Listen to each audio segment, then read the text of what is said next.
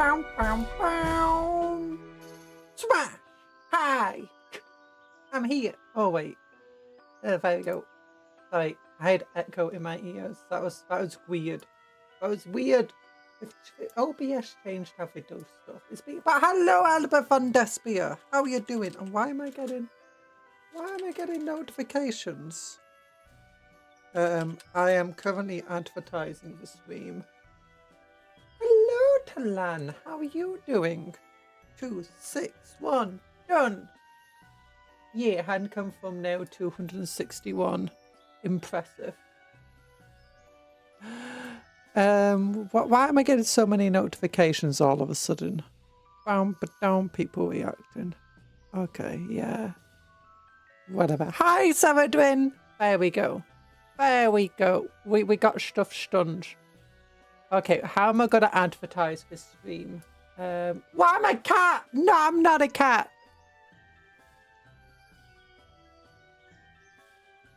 Just painting some nice toasters. Yeah, just painting some nice toasters. And OBS, catch up. I've got the internet. There we go. There we go. Maybe you didn't check your inbox before. No, that wasn't it. That wasn't it. That's a great way to start the stream, just internet dropping out immediately.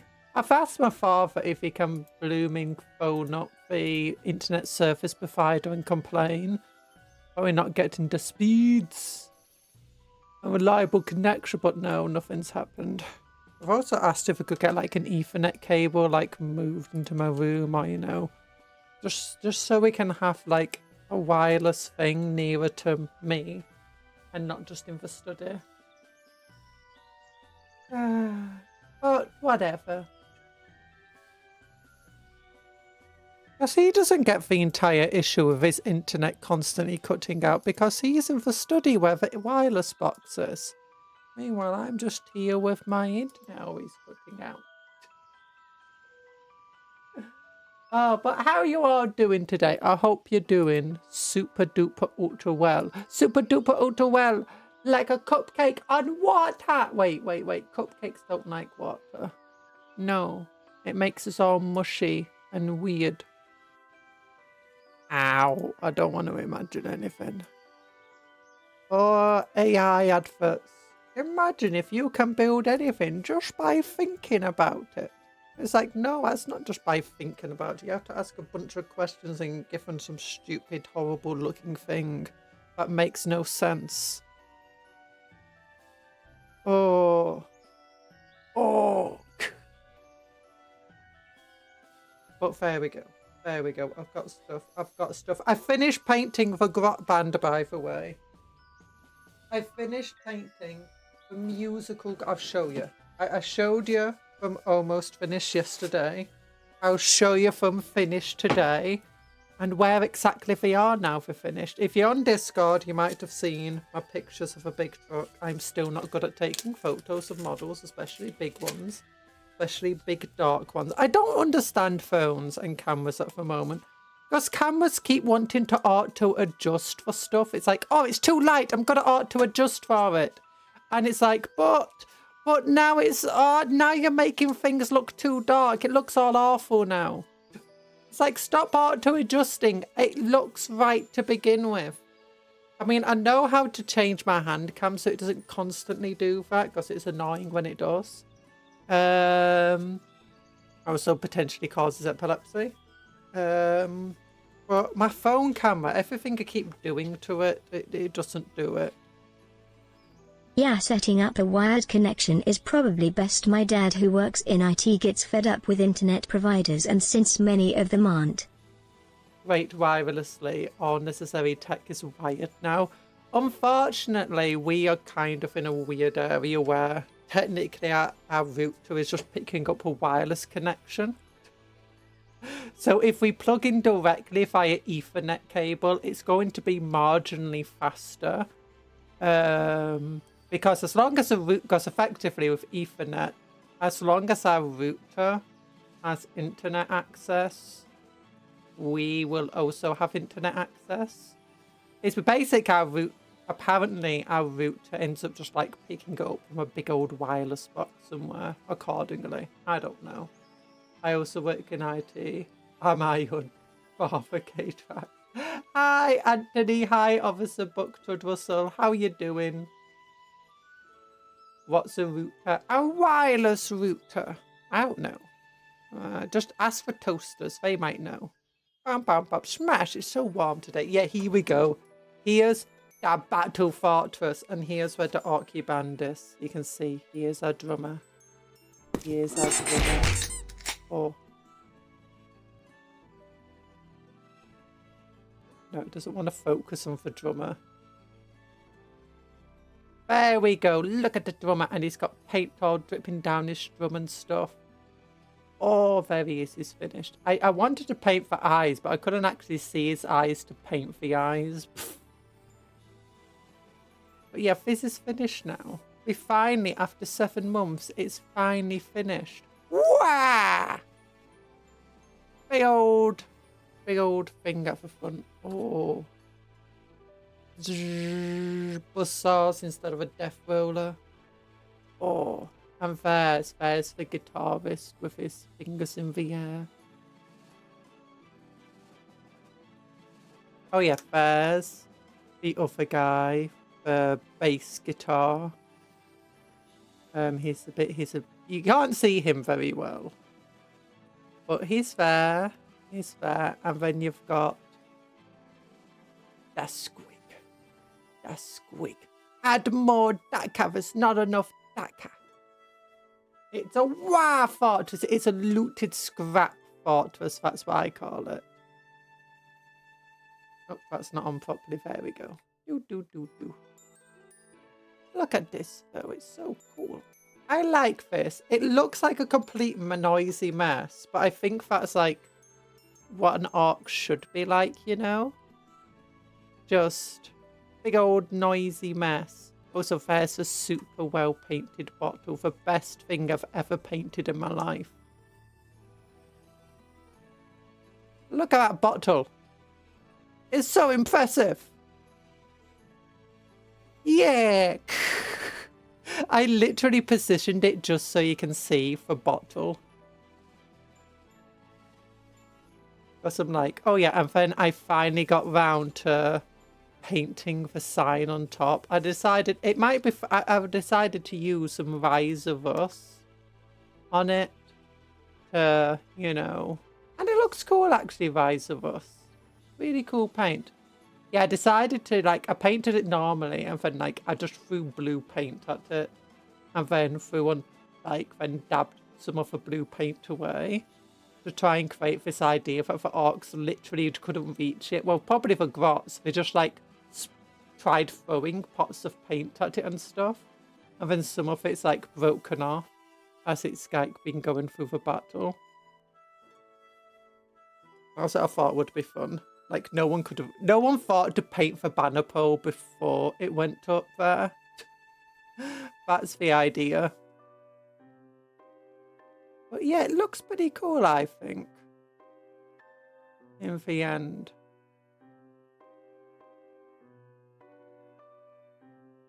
All the orange of the side's meant to be rust if that doesn't show very well. Hi, Denizen and Misery. Misery word of the day, indecisive.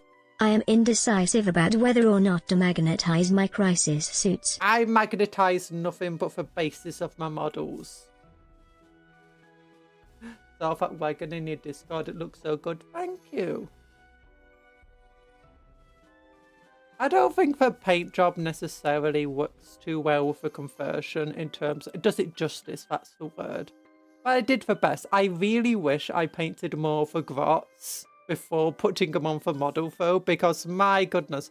Also, there's a little bit of sprue there I never cut off, but I thought it would be fun just to leave it there anyway. But, you know, some of these grots, the ones, the band ones, we know we painted them by themselves, but the rest of the grots we painted while they're on for miniature, especially trying to get this guy's eyes done was so difficult, trying to get a paintbrush back there. And that's squig painted.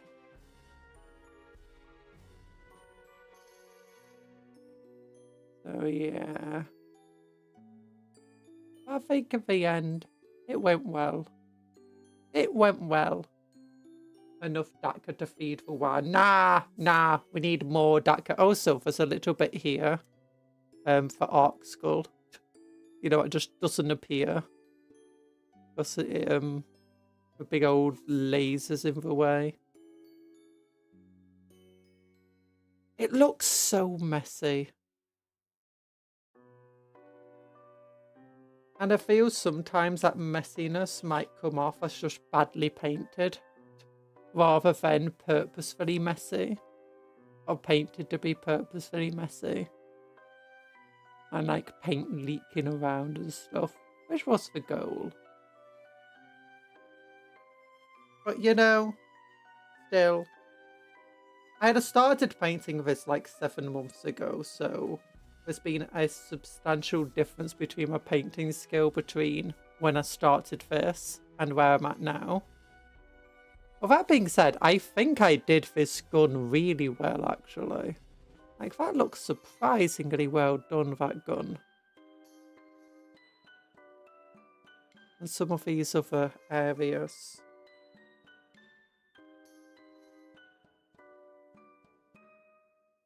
Yeah, because I really want it to look like at times, especially like for arcs, I've tried painting it, but I didn't paint it well.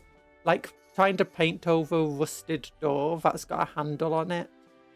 It's like, obviously it's not going to go too well. Your paint's just going to fall off if you don't clean it up. That was the aim here. And then it's like, every time they have to move a handle, it just scrapes away the paint. And same on that front door there. The gun is the best part. No, the bottle is the best part. The mess adds more personality. Yeah! That one is blue and therefore a lucky tank. It is a lucky tank. Now, the one thing that has changed, there's a big old hole right there. The one thing that has changed since we started this model, if you want to know why it starts as like this, you know, beige sort of colour, because that was going to be the colour of a Planetary Defence Force army I was thinking of making. Probably using Cadian parts. And they were going to be like aligned with a photon. But I decided to go against that, partly because I realised trying to convert Kriegsmen is incredibly difficult with their stupid heads. So I ended up going, you know what, I'm just going to convert Cadians instead, since I got a bunch of Cadians. And as a result, I'm no longer building a Planetary Defence Force. And as a result, it's like, maybe the Planetary Defence Force has already been destroyed. Maybe that's what's going on. Or maybe one day in the future I'll make a Planetary Defence, because I do want to go for like a beige army. I think that might be fun. Like beige guardsmen just sound fun. Like beige and brown. Oh. But yeah, there's a lot going on with this thing. How many big shooters does it have? It's got 3 big shooters. Those are actually meant to be lobbers, not rocket launchers. Then it's got big old cannon. This represents a death roller. Then it's got 2 sap cannons on the side, which will be taken off whenever I don't want to use it as a battle fortress and instead use it as a battle wagon. Then it's got 2 grabby arms, which are meant to represent wrecker balls and stuff. And then, oh, it's got another heavy bolter, so that's basically just another big shooter on the front. And then it's got another big shooter, so that's 1, 2, 3, 4, 5 big shooters. 1 cannon, some smoke launchers, or grenade launchers. Oh. Yeah. Pretty cool. I like it. It's got some nice gubbin. Look at all the wires in the front too. Oh. But yeah, so here they are. The band is now painted up, and they've got on their mobile party bus. It's a party bus. It's quite literally a party bus. Having a party on top. Oh gosh, realised about that skull there. Forgot about that. Oh, what do they call it? Stage. Yeah, it's a stage. It's just a moving stage. It goes. By the way, how big is this thing? Well, this is the Onager June Crawler next to it. Although the Onager June Crawler is kind of small. Like, here's the Archmagus next to it. Yeah, the Archmagus is massive. Space Marine. Bonk. Okay, I've got a Kriegsman without any arms here. I got an armless He's a combat engineer. It's because I turned 4 combat engineers into just generic Kriegsmen. Why? Because I had them just randomly in other boxes. And why did I need the Kriegsman? Oh yeah, because I used some of the Kriegsmen already on some of my artillery and stuff, so I didn't have enough to fill out another squad. Oh, and I had a bunch of spare Kriegsmen from the artilleries and stuff. That was it. I was like, oh, I didn't have 2 squads of Kriegsmen already. So what I'm going to do for my second 20-man squad of Kriegsmen instead of just a squad of 10. But I was like, oh, I can use these guys, but it wasn't enough to make a full squad. Then I'm like, if I take some combat engineers, since I got 3 boxes of them, I could turn them into Kriegsmen. Which they're just in other boxes I bought, so like do other big battle fortresses and stuff. Battle forces, sorry. Yeah, Kriegsman next to this giant thing. Oh.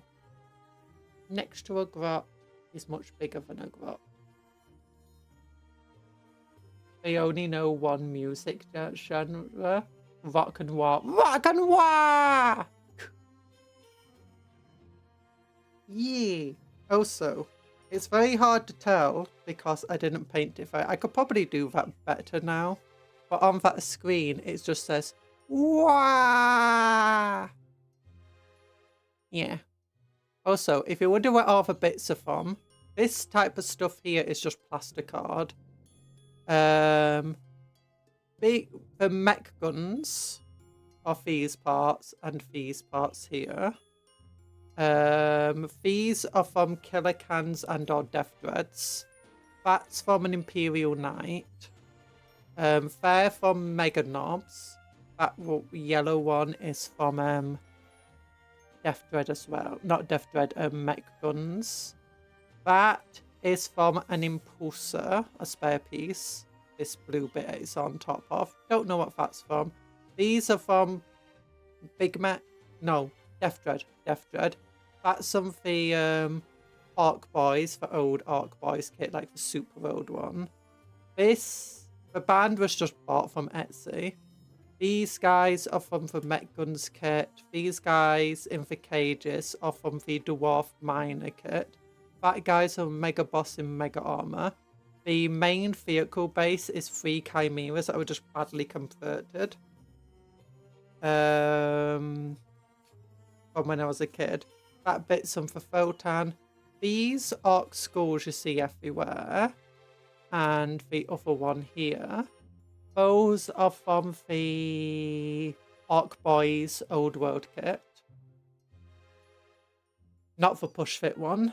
These are from the Imperial Knights. That's from the old terrain set that, you know, in the Ultimate 11th Edition starter set. That is from, I think, Kill Team Focus. Battleground. These exhausts are from a Death Dread. Hello, Night Parade. Was it to say hello to you, Branwy? What else is on this? Big Shooters are from... Oh, I think they're again from the Death Dreads. Yeah. I think that's some from Mega Knobs. I think these gubbins here are from the mech guns. Otherwise and stuff, I'm not sure. I think it again from the Mega Knobs. All the chainswords, well, these ones are from the Megan. These two are from Mega Knobs. That one's from the Death Dread or Killer Can. That one is from the Orc Boys kit. The front bulldozer is the Imperial Guard upgrade thing. Those skulls, I think, from the Mega Knob kit. The sap cannons are from the... I think they're the tractor cannons of the mech guns.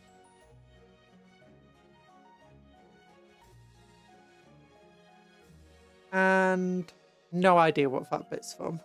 Might be a Valkyrie bit, I don't know. And I think the wires again might be from Mega Knobs or mech guns. So yeah. There's a lot of different kits going into this. Badly converted. Why do you slander for glorious? Oh mate, it's Chimera but backwards. Look, it was a good conversion idea, but the conversion itself was badly done. It was full of holes. It was really messy.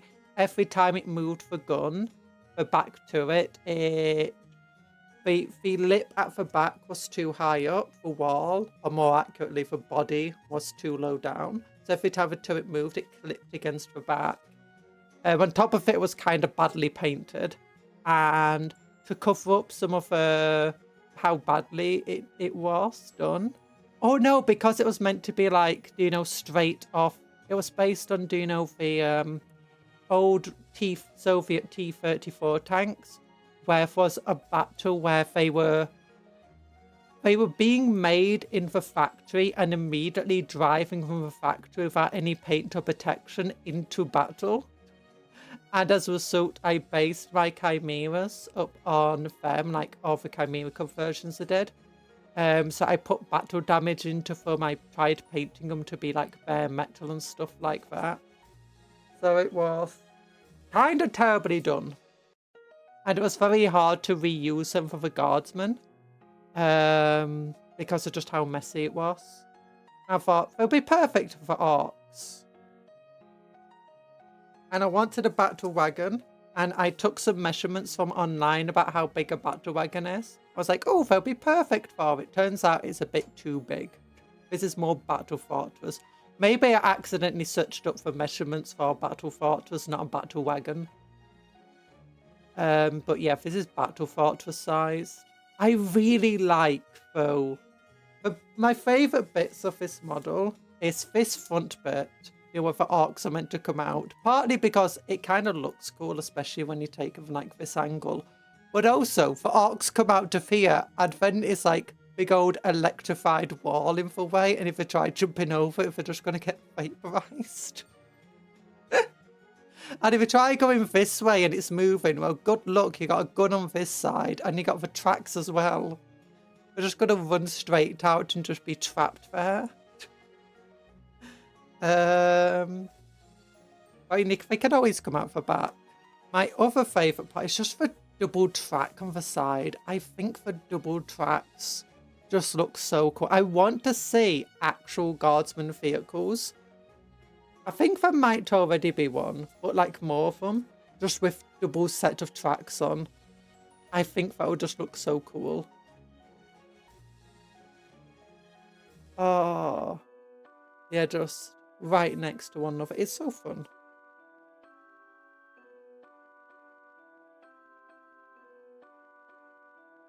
So yeah, let's move this out the way because it's not Orky week, it's Mechanicus week.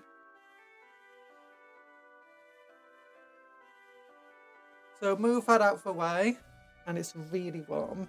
And we've got our other crazy conversion. Okay, I'm probably going to have to put this back and lower it a little so we can actually see. I say put it back a little because, oh my gosh, it's so hot today. Everything wants to just overheat. My camera is on fire. So let's look. How far does it go? Okay, I don't have much room there. So let's put the camera a little bit further back.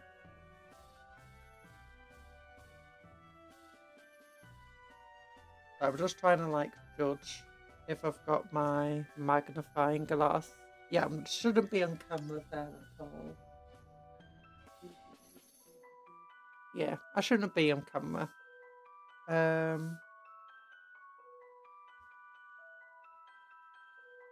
But yeah, we've got this stuff now to paint up. So I didn't get to dry brush Praxi White in the end, partly because I was just not feeling well this morning.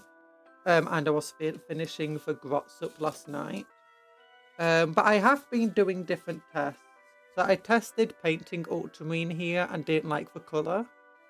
Looks like a deep ocean, but still. Tried glacier colour, which kind of is cool. Like, it's definitely good if you want to paint ice, but not really what I want to go for.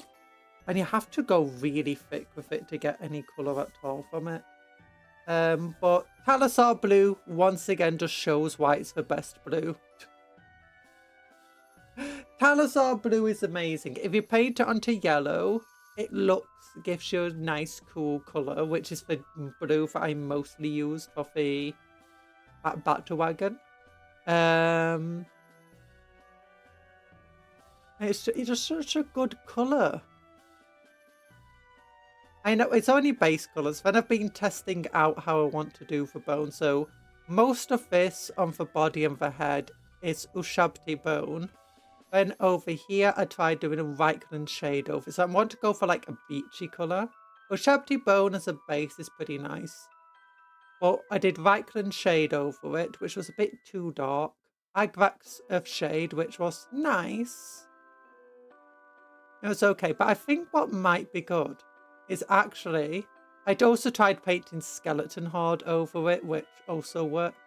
What I'm thinking is just painting Skeleton Horde straight over the white, or the grey rather, because it actually gives you a very similar colour. Then go over with Reichland Flesh Shade, and then go over that and highlight with Ushabti Bone to bring it back to the beachy colour. I think that will be perfect. Also, I still want to have some red on them, and I thought the best way to do that would be on the Mechanicus symbol. Painting it red and white instead of black and white. And I think that will be perfect. I'm also going to do most of the wires. Not all of them. Some of the wires are just going to be for brown colour, like on his elbow there. But for the rest of them, I'm thinking of doing all the wires and cables and stuff in red as well. Hi, Dubia. When you draw a happy little tree on his cape. I don't think my freehanding is that good. But no, we're trying to paint it as as like a tropical ocean. So to like do a very cyan turquoisey colour. So we're gonna go over with this colour. I'm thinking, actually, because I've been having different ideas. I've not tested them all out. But where is my colour shade? Is it this one? That's Ultramarines Blue.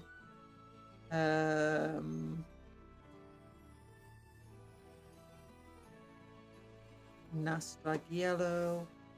Oh, is it this one? No, it's Northern Oil. Oh, is it up here? It might be up here, actually. No, it's Agrax of shade Hexwave Green. I don't need Hexwave Green.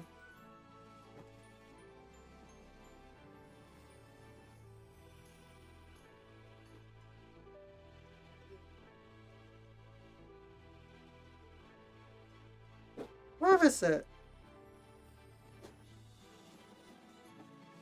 That's Ultramarines, Carrienberg Crimson, Norn Oil. Oh, is it this one? Yeah, there we go. Coelia Green Shade. I'm thinking maybe Coelia Green Shade would be a good colour to go over it. I want it to look like Crash. I want the foes in the cape to look a bit like Crashing Waves. So I wanted to go with a lighter blue over than white. But I'm thinking for the deeper parts, you know, where all the... It's going to be... Might be good with this shade here. Maybe I should do Bob Ross video painting of a flat side of a Titan instead. I mean, we could try that when I paint my Warhound. I wanted to paint it relatively simply, but we could try doing stuff. Maybe I'll test it on my mastodons and stuff. And I did test it a bit. We painted for big old skulls and for war stuff and for Arky one. But we could go away with being rougher fur. Or get away with it. So what I want is I want some of this green shade. And see how it looks just on top of the blue. Like, will it give us that nice turquoisey depth to it? That I want. Because this might be a good... So, this isn't actually how I'm going to paint from. I want to dry brush them with Praxi White first. Which is just the white dry brush that GW makes. That could work. The issue is on the camera. Do I need to turn my saturation up? Just give me a moment. I might need to turn saturation up because it looks a bit weird on camera. Oh yeah, my saturation is really low, sorry. That's still not very accurate, mind you.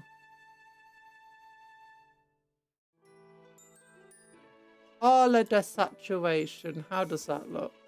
That still does not look right. What the heck? Barely changed it.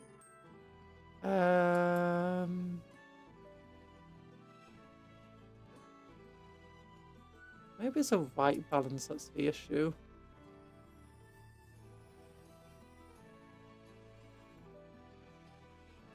Like, that looks a little better. That looks a little more accurate to real life.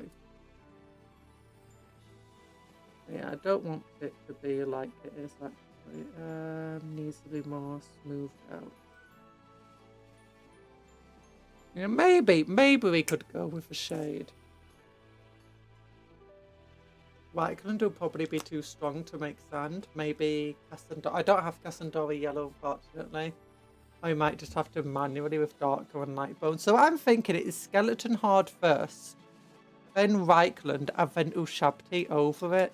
Because I want it still to look like Mechanicus, mind you. So I'm thinking the joints should look oily and messy. It's either using Agrax shade, because either way it's going to look darker. But what I'm thinking is, like, this is with Reichland. This is with Agrax of Shade, and I think this arm's also Agrax of Shade. What I'm thinking is go Ushabti Bone over the top of it again to do the highlights. Where's my Ushabti Bone?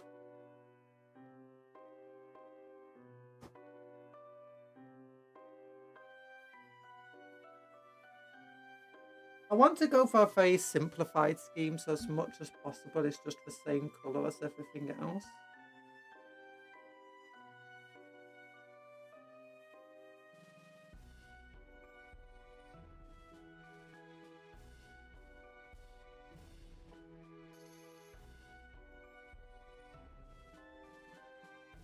So a bit like that. I think that could look good. Or maybe it'll just look better over Agrax of Shade.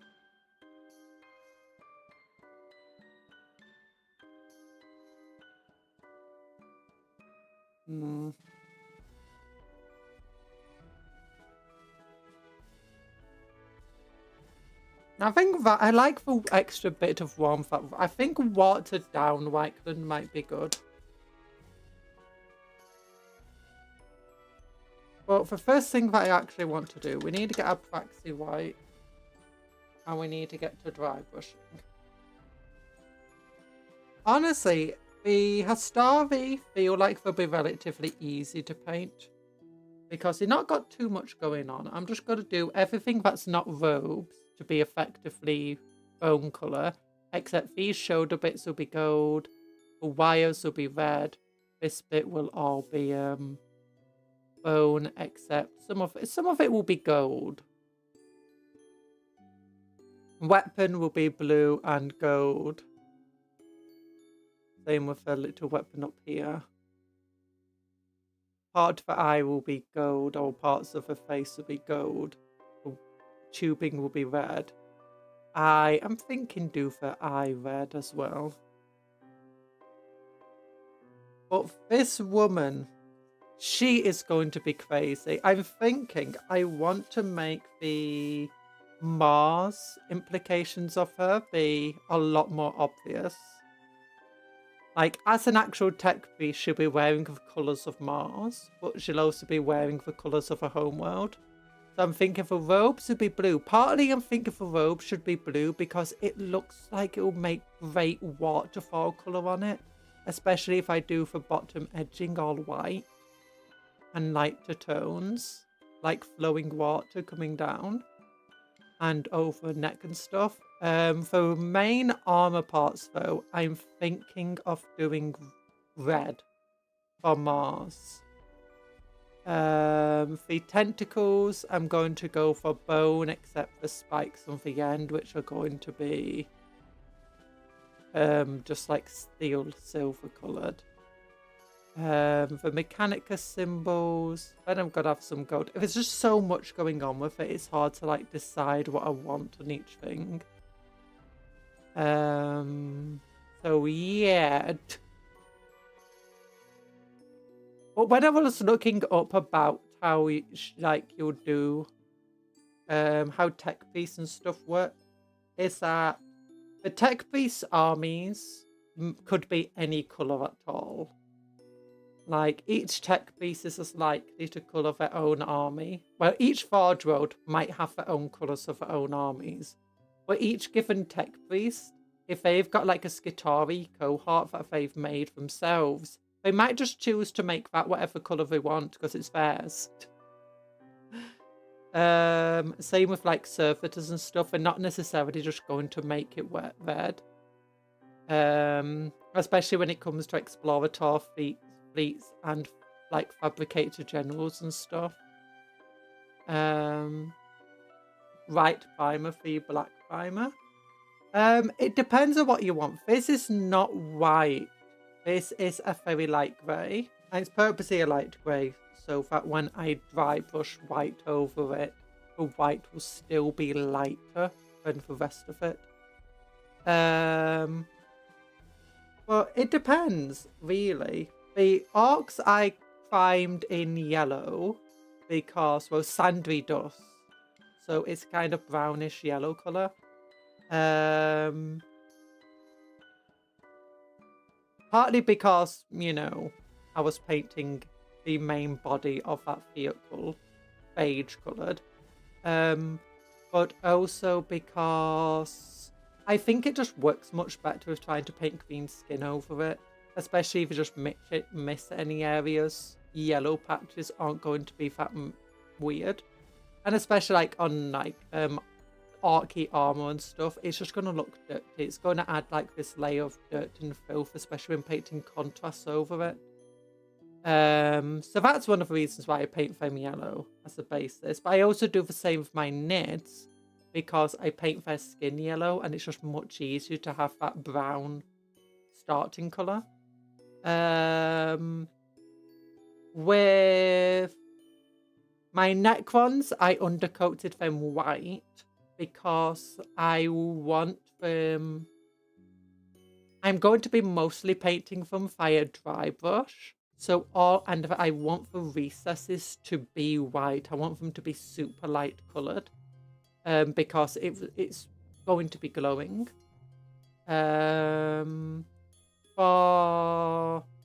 If you're painting black as your main colour, black is often a good colour to go for. But if you want to use contrast paints, it can be difficult to paint over black. Because what you're going to have to do is like, okay, I've got a Templar over here. That wants to be purple. These areas want to be white. Some of it wants to be blue. Meaning that you're going to have to spend a lot of time just re-base colouring everything. So that you can paint the card doing contrast if there's any areas you don't quite reach. The dark grey still provides a good shadow, especially if you can get some shade like Noon oil on top of it. Even if you can't get other paints on top of it very easily. Black, if you're doing with just standard colours, no contrast, black is one of the best starting colours to go for with priming. It's mostly because it gives you that shade automatically. If you go with painting white or light greys, the issue that you're going to find is that you're going to have to get all of your paints deep into the model. Like on this guy, he's such a complex model. He's got so many just raised and lower bits. But any areas I miss, like you might not see it from this angle, but as soon as you turn him, you might see a bit of white in there. And it's very, very obvious. Which meaning if you're using base colours, it's very difficult. But with going for lighter colours, you can paint contrasts over them easier.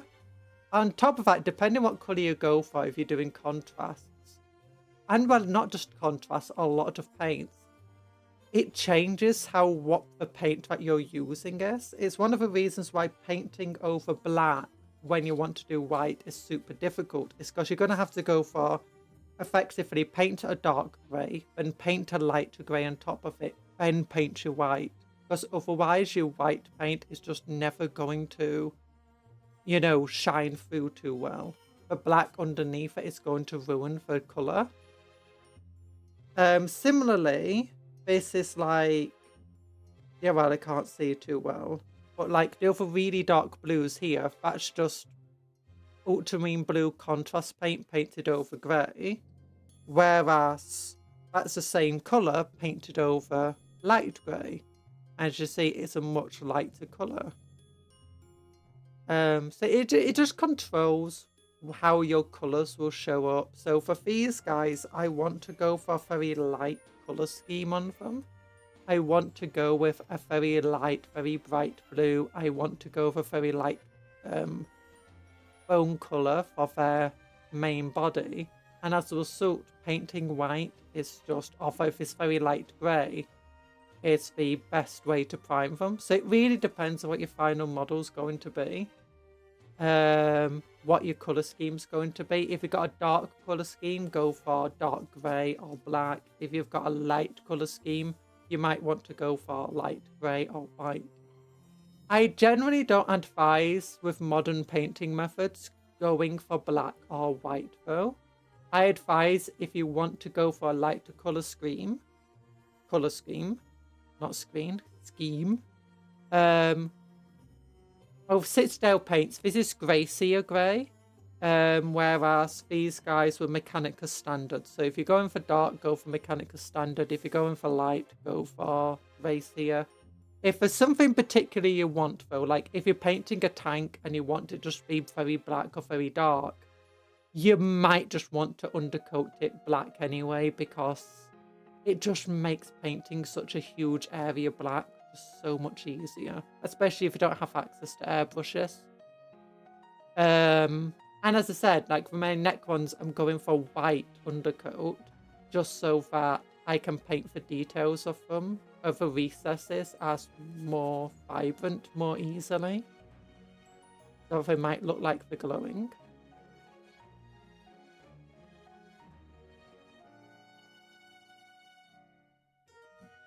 There we go. So I'm gonna have to turn my air conditioner on because I have to keep just intermittently turning it on and off because it gets too hot in here. There we go. But I don't like the noise of it. It's super noisy because it's a portable air conditioner. But what are we gonna do? I'm gonna remove this. Where's my Praxi White? Dude, is this it? There it is. Ooh, that was not closed properly. Praxi White dry brush colour.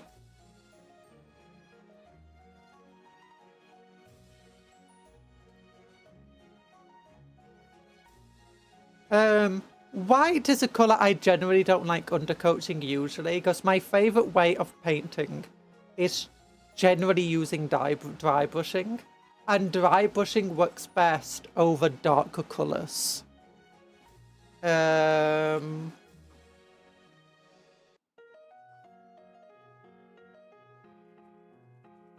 we go.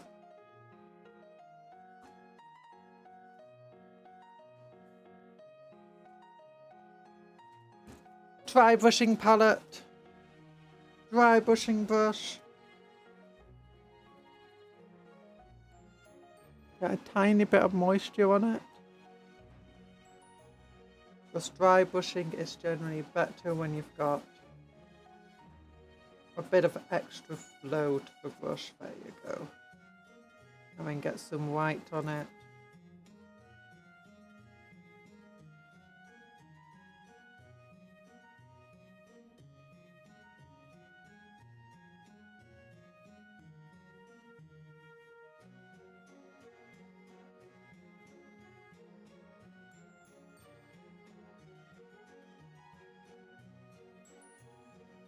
Work into the brush, and there we go, that's good enough.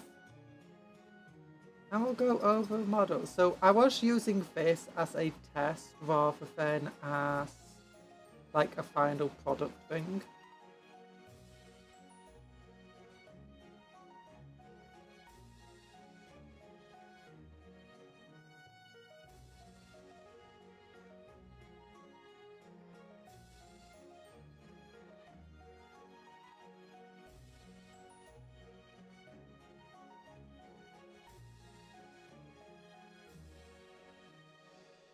Oh yeah, if you ever have an issue, I found out, of if you spray a model with a primer, and you have an issue like I did, where it's very hard to get into certain areas, so you might accidentally spray too much onto it, which you can't really tell on the camera too well, but these areas got a bit too much and they lost some of the details.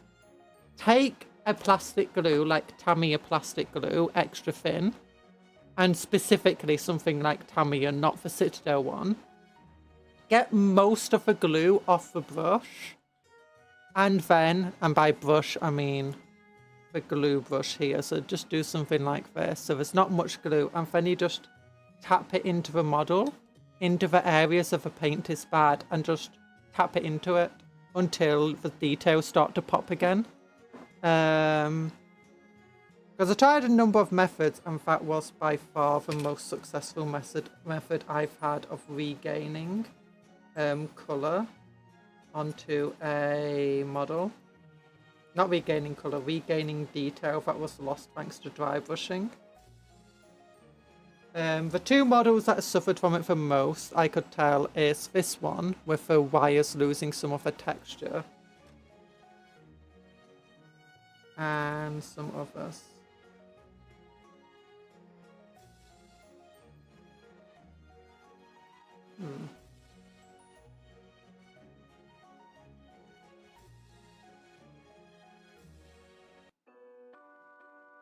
That works.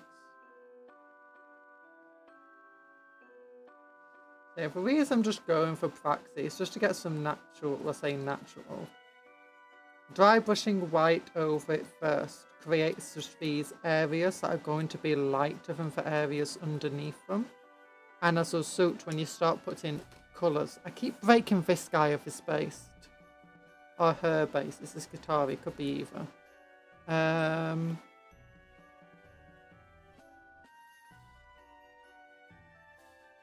Yeah, it's just so when you paint over the top of it, it's going to have areas where, like, especially when using contrast, where it's going to be lighter, and places where it's going to be darker. Yeah. I'm sorry, little Skitari. I keep breaking you off your base.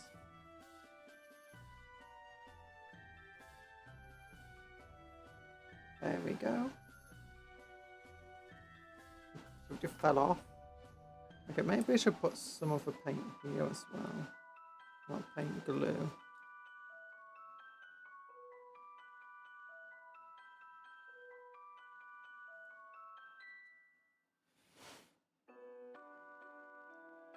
There we go.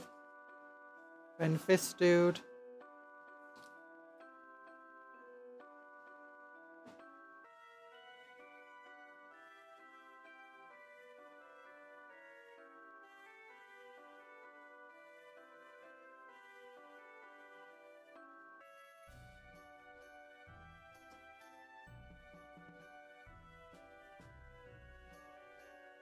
I don't mind too much. I'm going a bit heavy on this part here because I'm trying to also just cover up some of where I painted.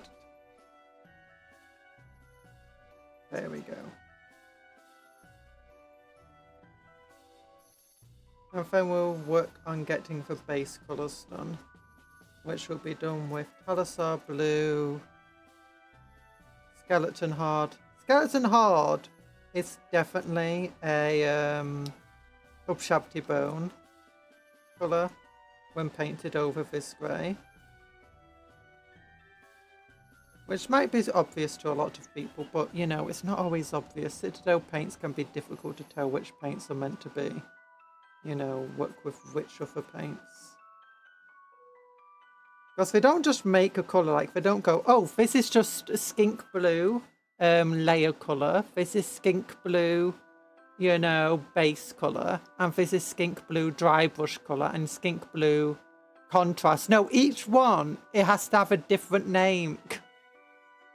I guess it's because the pigments aren't going to be exactly the same, and as a result they don't want it to be like false advertising. It can be difficult to tell because sometimes the colours on the website, like, you know, the example colours, aren't very close to what it actually is. Or when you see a picture of a bottle and then you see it in real life and it's like, yeah, these two things aren't the same. So unless you see it like used in a tutorial, it's hard to tell which colour works with which colour is another version of another colour. Unfortunately, I don't have a nice, you know, cyany blue. The closest I have to a nice cyany blue is Baharoth blue, but that's not the same as Talisar blue. In like a non-contrast version.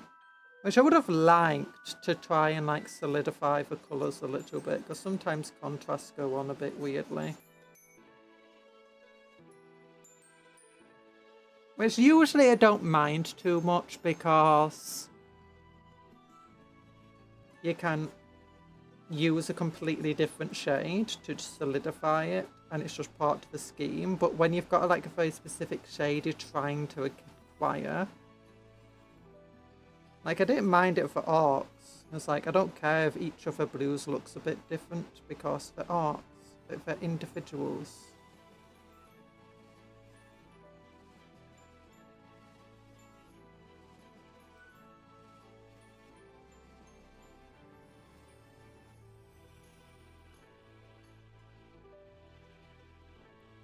There you go. Oh yeah, I'm not doing Armageddon Arc Week next week now. I was going to, but then I was like, you know, I've got so many things that I do know just half painted.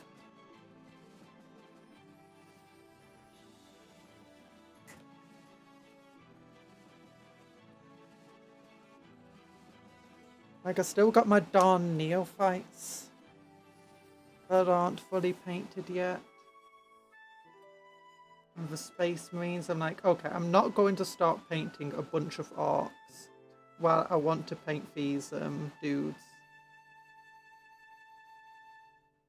Hopefully I'll get these Mechanicus models painted and then Armageddon will release and we can focus on getting the Armageddon box made up. And we'll try painting the Armageddon box together. That might be fun. We'll make the Armageddon box 1 week, and then maybe the next week we'll focus on painting the Armageddon box. Or the Arcs and Marines. I know that some of you won't like more painting Marines, but you know, the painting Marine streams usually do relatively well.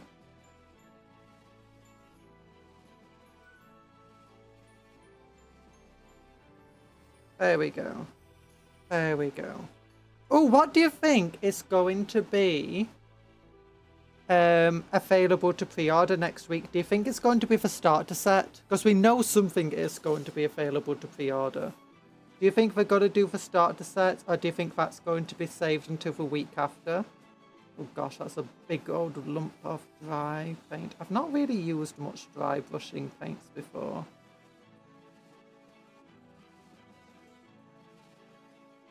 It's got to be launch boxes. Yeah, that's what I was thinking.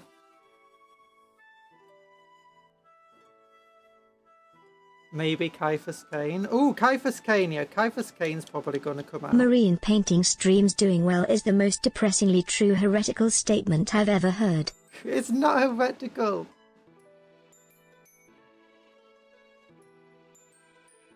Also, most of you who complain about the marine streams will actually come in onto the stream just to complain about it.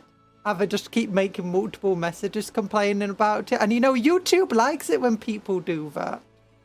Meanwhile, if I start doing something that you then ask for, you stop commenting as much. You stop saying stuff. You're like, oh, this is nice. I'm just going to sit here quietly and watch this stream. And YouTube doesn't like that. YouTube likes it when you're interactive and complaining about stuff. I suddenly understand people who do all the hate farming material. Hi, Ryobo.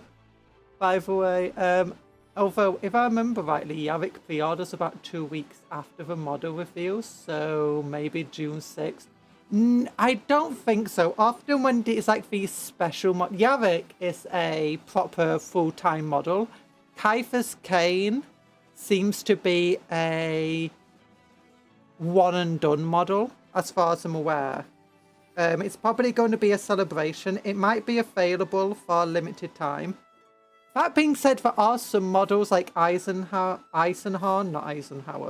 and that one, the Sister Superior, which were both limited release models, but are now just available to order whenever. But they're only online-only models. But often when they do these types of models, like do like the made-to-order ones and the limited release ones, like the Black Library ones, they often show them 1 week, and then that weekend, it's like, hey, yeah, next week this is going to be available to pre-order. Whereas Yavik is a full-time model, so...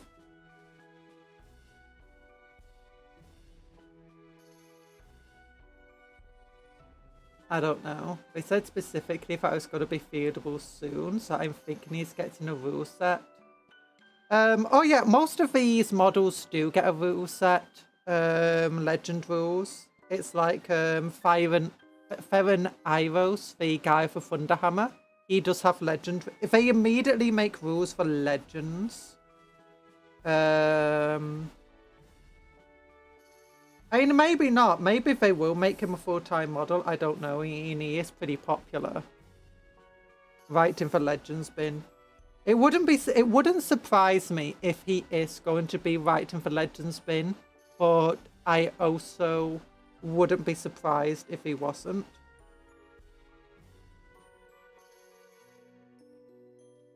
Because the thing with Kane is you can always just field him as, you know, a generic model.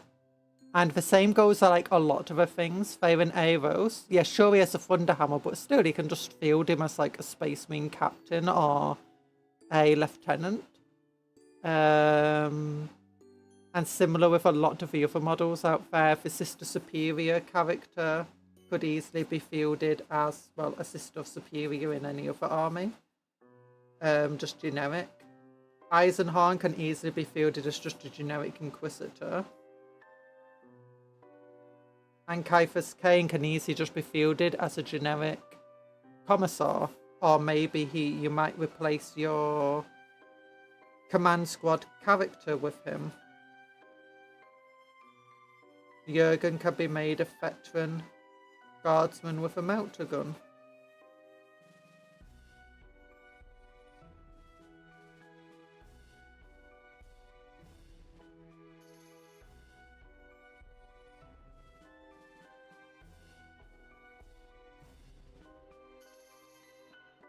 Hey Flash, how you doing? Oh yeah, I think Kyphus is next weekend. Yeah. Looks like they have different bases for Kyphus Kane one, so Jurgen Kane can be 2 playable pieces and 1 to combine them as a single base as a diorama. Yeah! I don't know. It would be fun if they had actually 2 ways that you could play from, as either a single model or as 2 models. I don't know if I'd bother doing that. Or maybe it would be like a Legends version and a actual version you can use. I wouldn't be surprised, because I think Gaunt's Ghost, when it originally came out, was going to be a one-time release, but it was so popular, and the Gaunt's Ghost books are so popular that they decided just to make them a full-time model. You're good. I'm also doing relatively well. Better now I'm streaming. I've not been feeling that great today, actually. But now I'm streaming. I'm feeling good. Yeah. Sometimes it's like that. Like before the stream, I was like, am I going to be any good on this stream? Because I am not been feeling that great today. Like my head's not been in a good place. My body wasn't good this morning. But then as soon as I start streaming, I'm like, you know what? I'm feeling happier. I'm feeling good now. You guys make me feel better. Something news article for this announcement. Oh. They said that will be an option for... Okay, so that is definitely a diorama then. You know what? You know what? Let's go online. Let's check. Pre-order now. No. No, maybe I'll finally get it once, you know, I stop spending money. Oh, they've just released so much good stuff. The Foisterans made for order. All of the new guard stuff. The new kill team, and we got all the new orc stuff. It's like, stop releasing cool models. I need my monies. But let's look at Kane. I just type in Kane. That's how everyone knows him, isn't it? There we go. The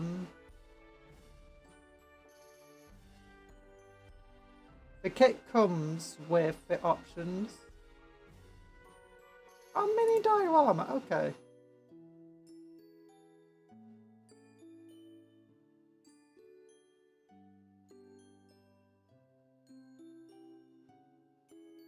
There we go.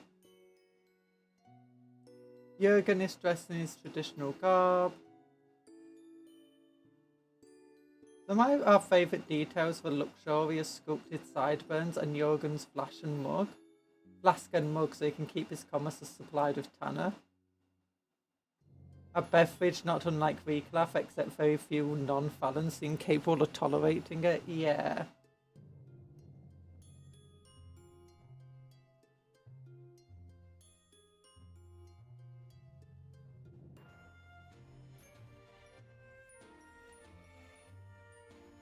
There we go. It doesn't say exactly when they're planning to bring them out, I think. Well, that is a cool model. I'm not planning to get this model, thankfully. Kane's not the hero of my Imperium. Although I did recently get a Commissar model. Like, I saw the old Officio Perfectus model with Plasma Pistol and was like, oh, that's such a cool Commissar, I'm getting it. And I could get it at like half price, so... We need new Catechin models. We do. Although I feel like Steel Legion are going to be the next release for Guardsmen now. And I'm kind of hoping that's not the case, if I'm entirely honest. That being said, I think Catechin... No, I was about to say Catechin Refresh could come in Kill Team. Well, the 3 things I want them to release before they do Steel Legion. 1, Krieg upgrade set. And the Krieg upgrade set will include Kriegsmen to upgrade the artillery set. So it should come up, not upfield. It should include 4 Kriegsmen to go on the... Oh, what's it called? Either 4 Kriegsmen to go on the Ordnance Battery, or materials to upgrade Cadians into Kriegsmen. So, for instance, a new backpack for the Cadians, new lasgun arms for them, a new piece to go onto their chest, and a gas mask head. That would be amazing. So that way you could upgrade the Cadian models into Kriegsman models. They just don't have the nice trench coat on. Alternatively, all you need, I guess, is you could take the Great Cadian legs and put a Kriegsman body on top of the legs. And then Kriegsman head with the body and Kriegsman arms. But either way, something to change the orbital guard ordnance batteries into Kriegsman. And the second thing should be a tank commander in the set. Potentially 2 tank commanders, if I'm entirely honest. The third should be Catachan upgrade set, which does the exact same thing. Allowing you to turn the Cadian ordnance batteries into Catachan and the Krieg artillery into Catachan. And then Catachan tank commanders. Oh, that's another thing they should have. Ways to upgrade the Scout Sentinel characters models into Kriegsone. And another upgrade set to include the Catachans. Then we need the new Catachan infantry, new Catachan command squad, new Catachan on foot, like commando of some kind. And then a new Catachan. Honestly, when it comes to upgrading for Catachan, it should be easy. All you need is head and arm replacements for Cadians. Have a new Catachan heavy weapons team. And what is that? And then we should get a new Catachan kill team as well. That represents elite Catachan. Hello, Eric Rain.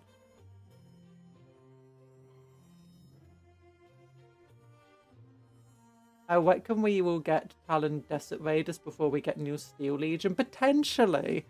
Although one of the things I love about the new Cadian Recon team is that they can easily be upgraded into Talon and Tanner Fuston only, which is really cool. I say upgraded, minimum conversion to do that with. It's similar, if you got the 5 for Tempestus Aquilians, you realise that you can replace all of the heads that come in the kit. It's got enough to not take the Tempestus helmets.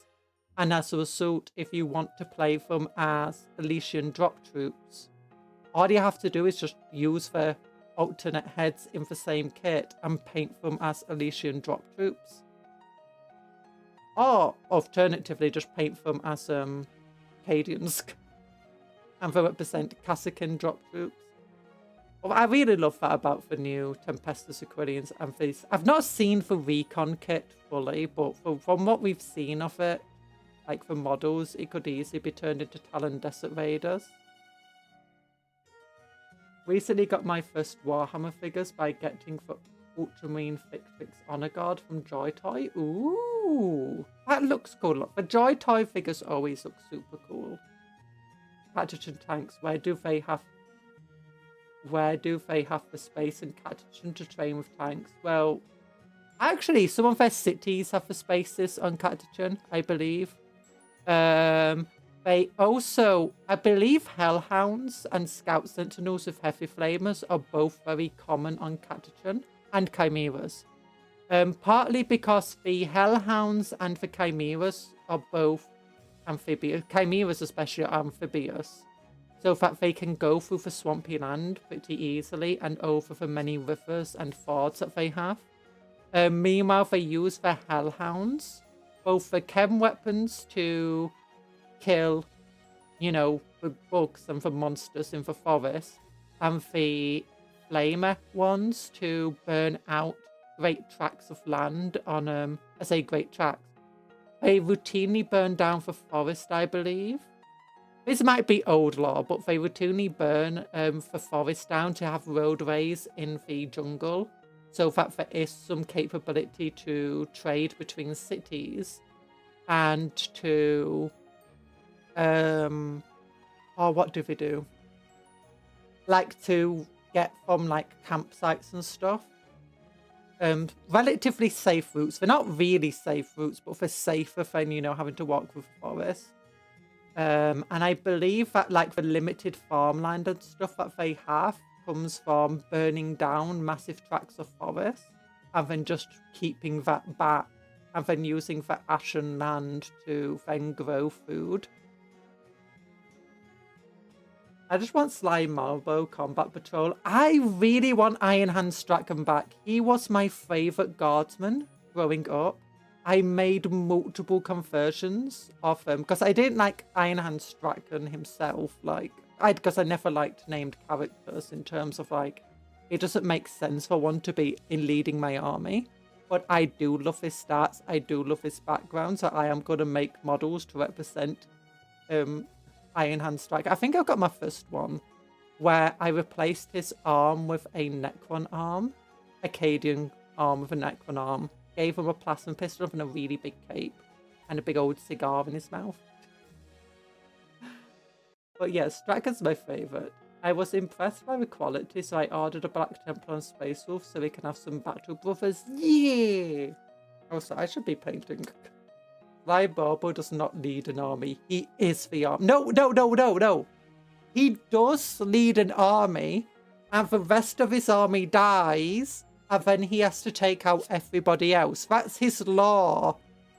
He got deployed with a bunch of people, made really good friends with them all. They all instantly died as soon as the battle began, and then he had to go and get vengeance for them.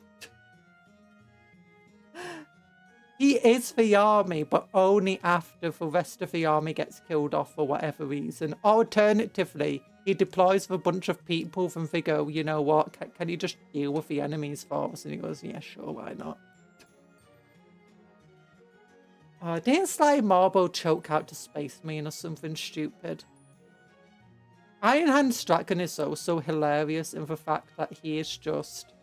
hasn't he just, punched the heart out of a Space Marine before or something? I know that it was hilarious whenever I played him in the old rules, because while he's still really cool, in Legends and the previous set of rules he had, because he had a high toughness, he had an invulnerable save, he had a 3+ armor save, and he was strength 6, hit on 2s and got multiple attacks. He was actually one of the most dangerous, single models in the game for a long time. Especially back when, a Space Marine captain only had... Oh yeah, you also couldn't instantly kill him. That was another hilarious thing. So, back before we had damage, if you had, a toughness 4 model and a strength 8 weapon, the strength 8 weapon could instantly kill your model, never mind how many wounds you have. So anything where it's double your wounds or higher, it just insta-kills. This made missile launchers actually really good. But you could get stuff, upgraded characters to be immune to it. And I think the only Guardsman character that was immune to that capability was Strachan, where he just innately had it. All Space Marine characters, not all of them, I think it might have been only captains and lieutenants, could be upgraded to... Oh, what was it? Was it Artificer? No, Artificer armor gave a 2+ armor save. It was, I can't remember what it was called. But either way, it was something where it stopped for instant death. But Strachan was amazing, and I miss that Strachan is no longer a proper character.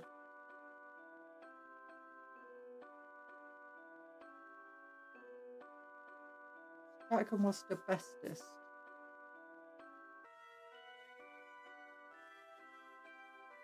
Okay, I have to be careful. Oh, do you like my Marshall?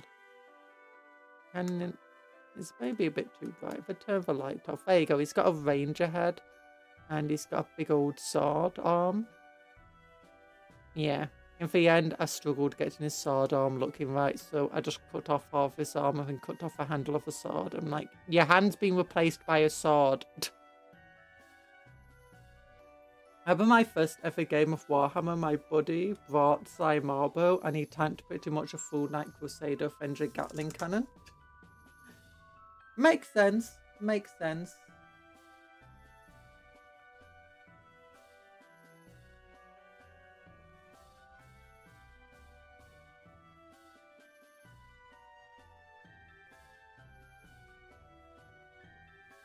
I like how catechins are kind of still meta at the moment, but they're still super done dirty by the current rules.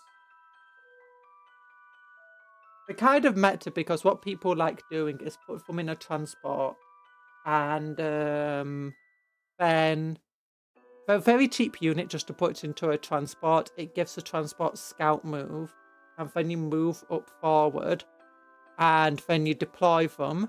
They have 2 flames in a squad of 10, and you can just flame your enemy. And if they try attacking you, you flame them. Of the turn they charge you, you get him +1 to wound. And if you manage to charge your enemy, you get him +1 to wound. So, yeah. They kind of met at the moment for doing, just that push up. You don't want the entire army to be made out of them, but a couple of units can be quite good. Especially if you just don't want to spend the points on something like combat engineers or Caspican. Like it's 110 points for Caspican compared to 60 for everything else. AP2 meant nothing to Sly. It doesn't. I mean, honestly, I believe catechins were quite amusing because I think they always got like a 4+ cover save if they could get into cover or something like that. But they only had a 6+ armor save.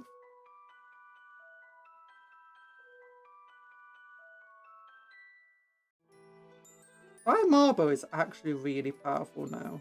I think he's stronger than Snickbot or whatever his name is, isn't he?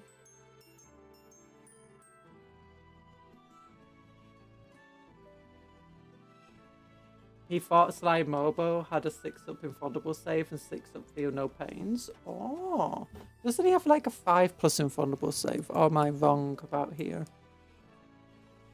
I can't remember Sly Mobo's stats off the top of my head. I know he's pretty cool. There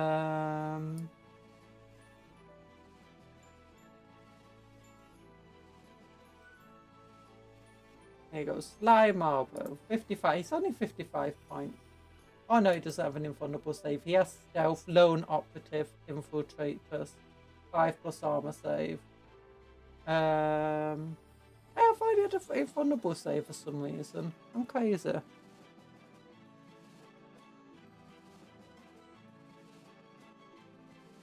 I mean, he is very difficult to get rid of because he's Lone Operative and he's got Stealth. That's got to be a lot more useless in the future. In the shooting phase, after this model is shot, if it's not engagement range, it can make a normal move. If it does, at the end of a turn, this model is not eligible to play a charge.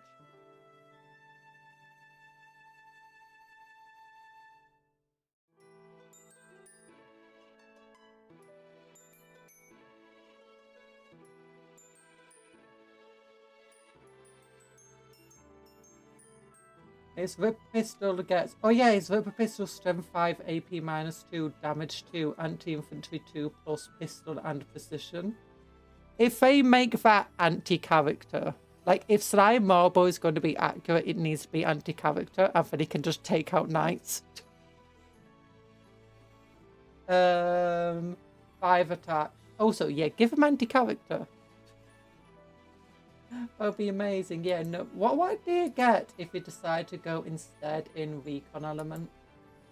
Models in benefit of cover. Improve a save characteristic of that model by 1. For maximum 3+. So yeah, he could get a 3+ armor save. If he wanted to, if he put this in for recon element. The counter to Marbo is literally Angron. True, true. I'll just shoot him or not. What is, if I go into over here and turn on legends, can I look at, oh my gosh, so many legends. Where's my favorite one? Iron Hand Strachan, there we go. Look at this dude. He's only toughness 3 now. 3+ armor save, 4 wounds, 4+ invulnerable save. Each time this model makes a melee attack, if it made a charge move, he can reroll the hit roll and reroll the wound roll. He's got 6 attacks at hit and 2s at strength 6, AP -2, damage 2, anti-monster 4+. Yeah, if you don't mind playing with legends, Angron might be the counter to you know, Sly Marbo. But this guy's he can counter Angron. Just goes up to Angron, punches him in the face. Oh yeah, he's also got lethal hits. And he gives the entire squad lethal hits with her melee weapons. What else does he? He can issue 2 orders. He's got a plasma pistol. He's got his auto shotgun that gets 3 attacks at strength 4, damage 2.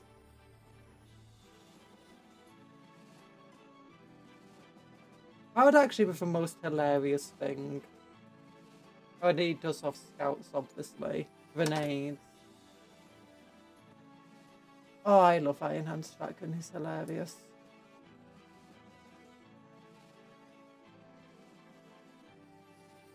That was back before we had graves.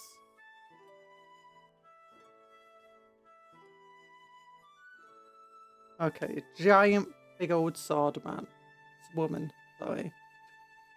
I love this model. This is one of my kookiest conversions of... Oh, I didn't get... You can see a bit of green just shining through on the model on the back there. I missed that. I can't see it in real life, but the camera really picks it up super well. Probably because of the angle of the light on it. It's not super bright. Some red paint will easily cover that up. But yeah, look at this. Look at this crazy. Look at all the tentacles. Honestly, my favourite part of this is just the tentacles and the legs. Like, it's not a big difference between her original claws and these tentacles, but it's a difference enough to give a massive... Also, I just like the searchlight on the back of her sword. It's so silly.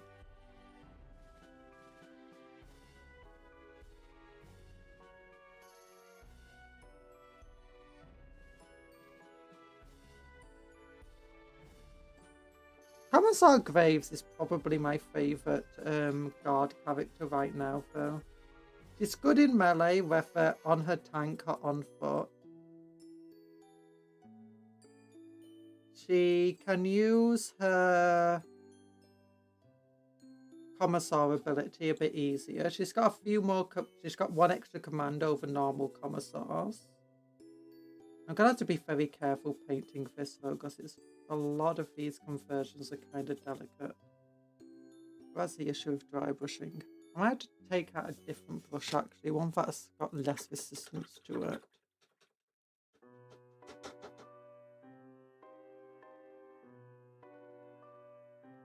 Let me find a different brush with less resistance, so I need to go in. Not as hard.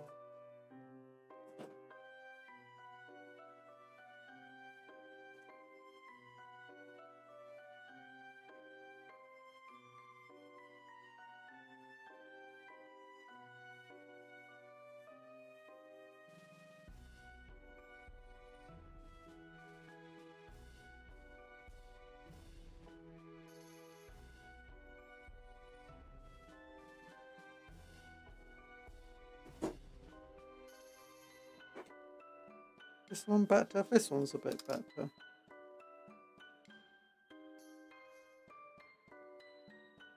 that's good.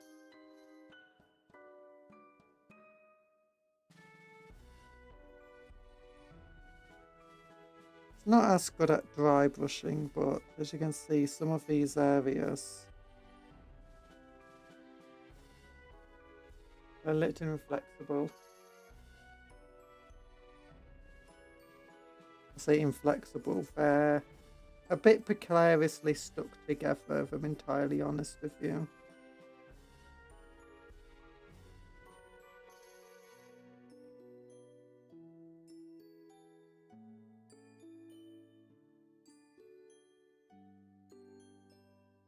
is what often happens with conversions, so be surprised, especially if that sword, I've already broken it once, reaching over.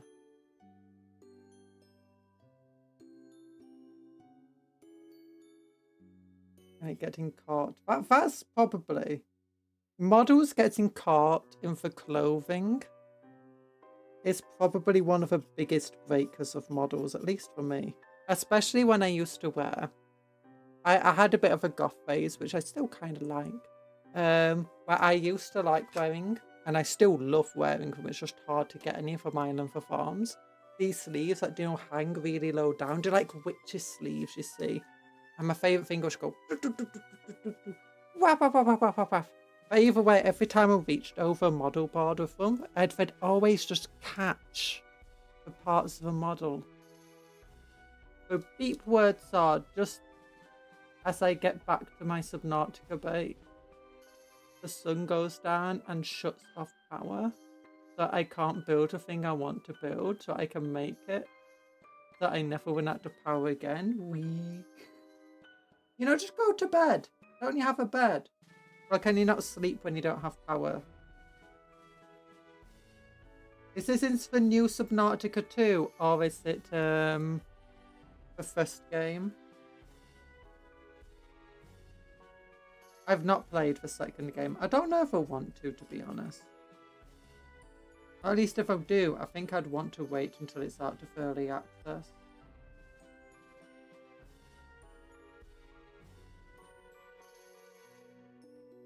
I did enjoy playing the first one in early access, but it was infuriating enough. I don't want to do that again.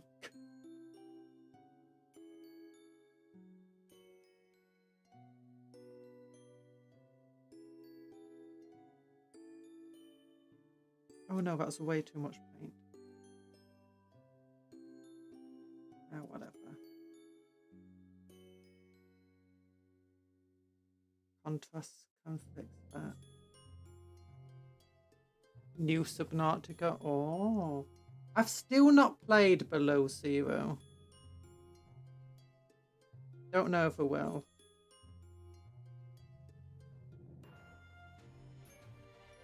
Oh my gosh, it's so warm. I'll have to turn on my air conditioner again and then I won't be able to hear anything again. If you ever wonder why suddenly I sometimes sound much louder, it's because my air conditioner's on and you guys can't always hear it. But I can.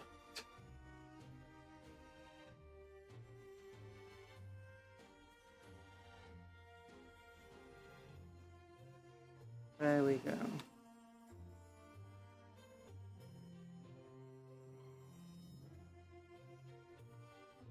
I meant to get it and I bought a Baneblade instead that week. Oh.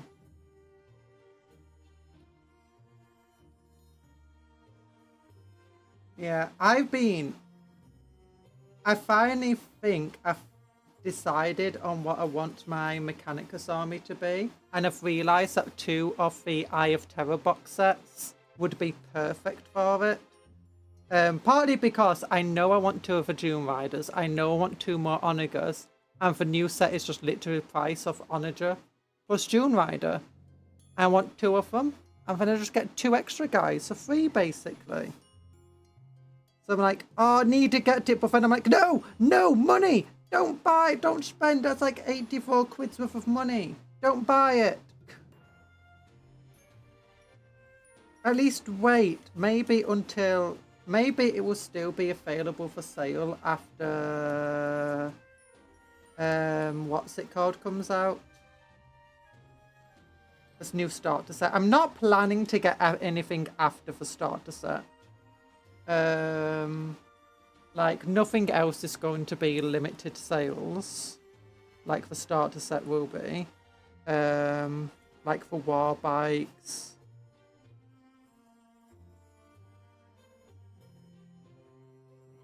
Oh, the only thing I do want, I know I want to get 5 of the Vanguard veterans as well as the starter set.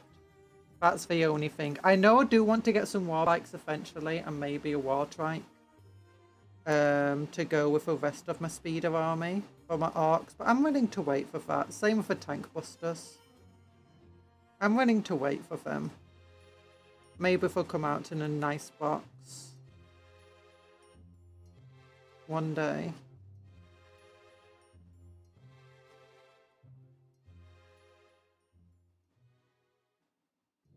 I'm gonna have to just be very careful painting this. Yeah, this model looks like it'll be annoying to paint. There's just so many details on it. It's like, what the hell?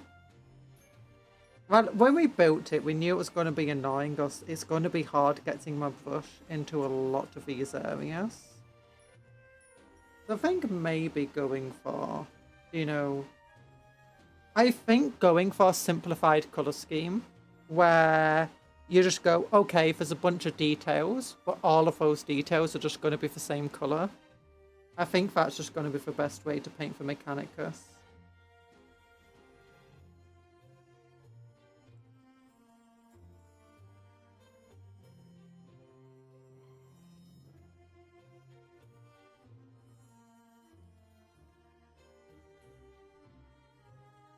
Because I have heard that the Mechanicus generally can be quite annoying to paint.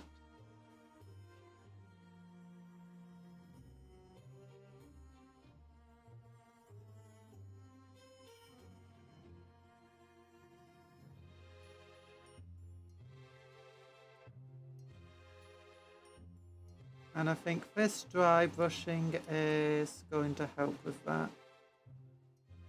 That being said, I don't even have a 1000-point army for my Mechanicus finish, let alone for 2000 point, because I want to get another Servitor Battleclade, because that's my favourite Mechanicus model at the moment. Or do you know, unit. Gould might be my favourite model. I like the Onager Dunecrawler, but it is a lot smaller in real life than I expected. Like, look at it, it's next to a Space Marine. Like, it's still kind of big. But when you look at its stats, you look at it and think, ooh, that might be like Land Raider size, especially with how big its base is. At least it's not as tiny as the not Dunecrawler, and the Goliath Rock Grinder. The Rock Grinder!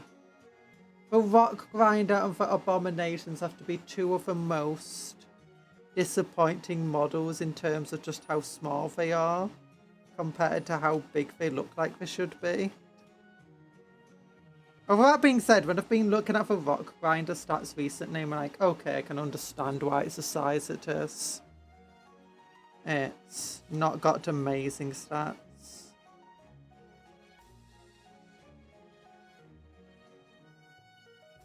I mean, still, it's smaller than a Chimera.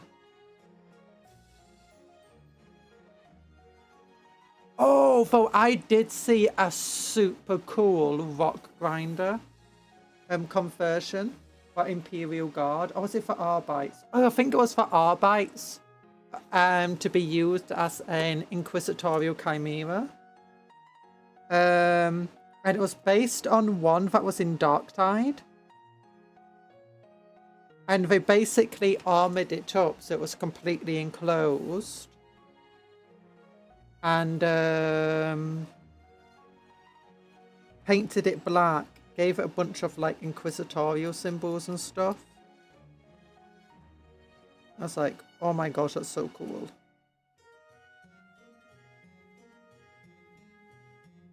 Honestly, I have to be careful painting this, even ignoring the conversions, because just so many of these parts are just so thin and fiddly. I feel like they'll snap every time I'm brushing against them.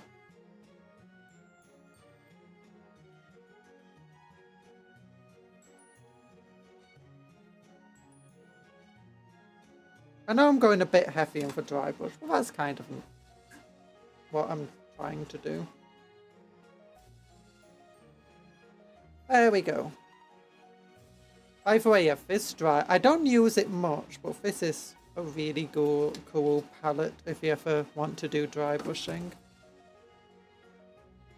Especially when you're not using dry brushing paints. Dry brushing paints are kind of easy to use without a dry brush palette, but if you're trying to do dry brushing of a normal paint, like going heavier with this paint, it doesn't matter too much because it's got absolutely no flow to it. So it'll only go where effectively your brush touches.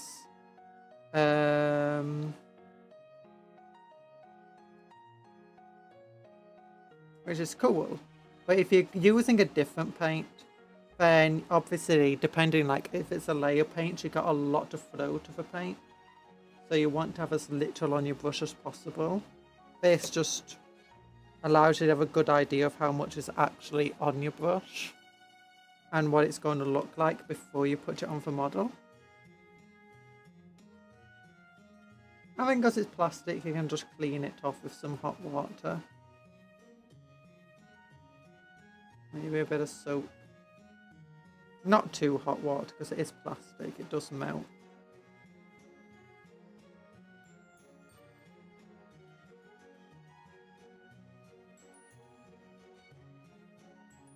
Don't want to put it in a dishwasher, I imagine.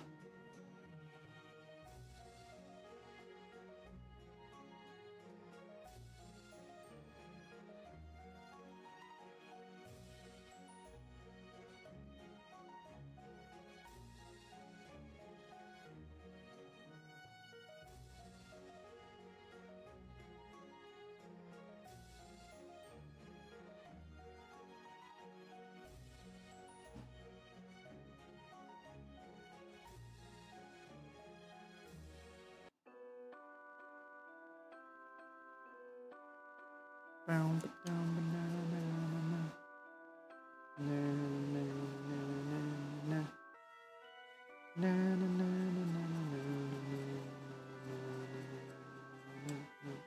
na.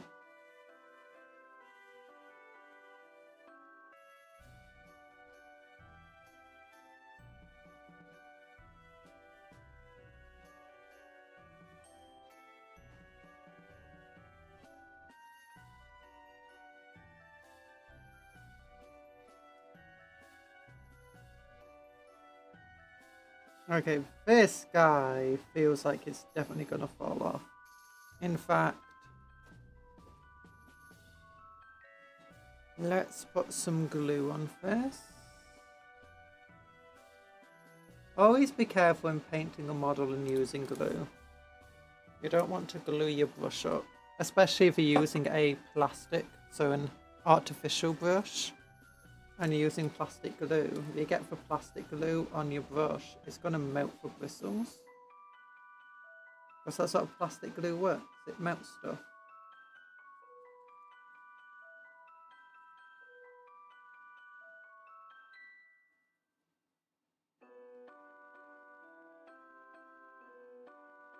Okay, let's start this.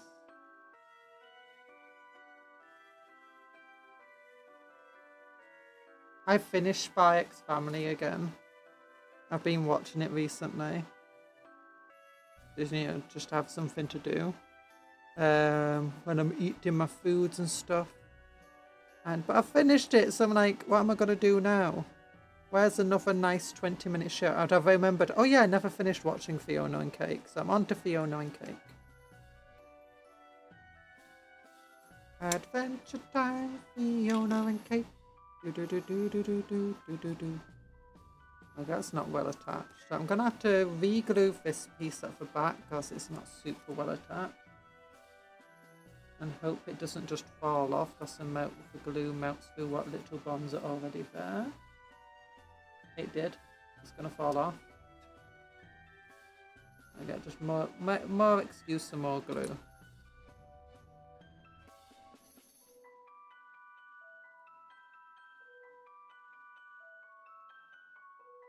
Everyone loves spiders. There you go. Oh, I had a fly in my room last night. It was super annoying. Dude, just buzzing around and I couldn't sleep. I don't know how, like, people in other countries where you get lots more insects and mosquitoes buzzing around all the time handle it. Because just one fly, I'm like, oh, fly, Fly, why fly? So mean. And, well, I got it out of my room. So one of the things is I turned on my light. I'm like, oh, because I got like a desk lamp for my side light. So I was like, oh, it landed on the light. I could just put the desk light outside and, you know, it will go with it. And it didn't. It didn't. But then I was afraid I was going to attract more flies to my room. So I'm like, okay, I put the, and it's like, so then I turned on the landing light. A light outside my bedroom, and then I just stood there waiting with all the lights in my room off. I'm like, I could hear a fly buzzing around. So I was like, oh, there we go. Turn off the light, run into my room. I'm like, haha, it's in there. And then I could hear another fly. And eventually I just managed to catch it in a cup. Yeah, that's what I was doing at like 2 a.m. instead of sleeping, just trying to catch a fly.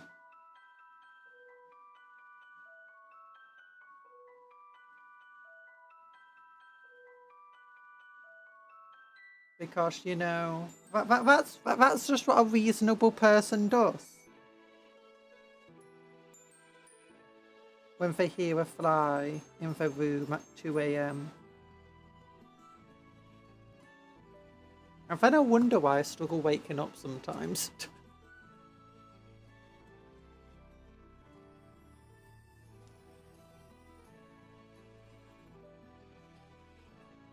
Okay, so I've got stuff over here. Chapter 135 is out.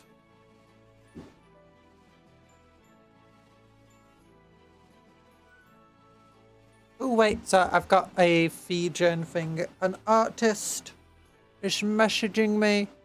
What is it? What they're saying? Ooh. Yep, it's finished. Okay. Big love to that. Nope, it is perfect.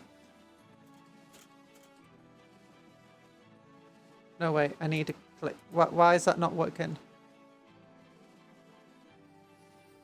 No, it is perfect. There's some perfect art.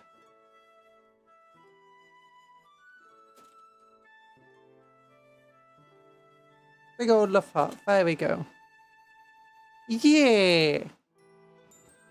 There we go. Wait, oh, what you gonna build your Baneblade as, Vibo Senpai? That's a big thing. Is it gonna be a Baneblade? Is it going to be the best one? The Shadow Sword? The Titan Killer? The Stormlord? Also the best one?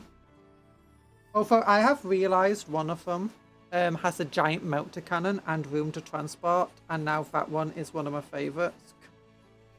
I just love all of the Bane. Oh, I don't love all of them, but a lot of the Baneblades are cool, you know.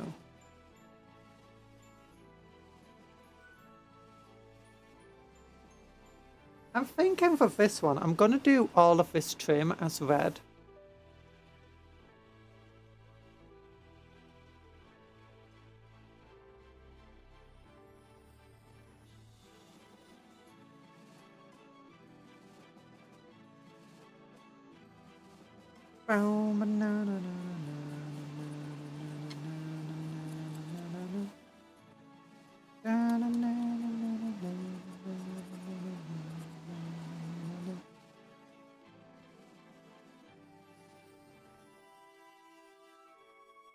There we go. At the moment, I've got a Shadow Sword, a Hellhammer, a normal Baneblade, and the other one, I forget what it's called. It's like the Shadow Sword, but it's got a much shorter cannon. I used to have a Stormlord. And I used to have like 2 more Shadow Swords back when I was a kid. There we go.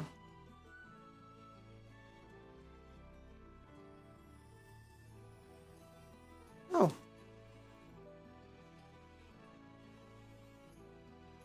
There we go.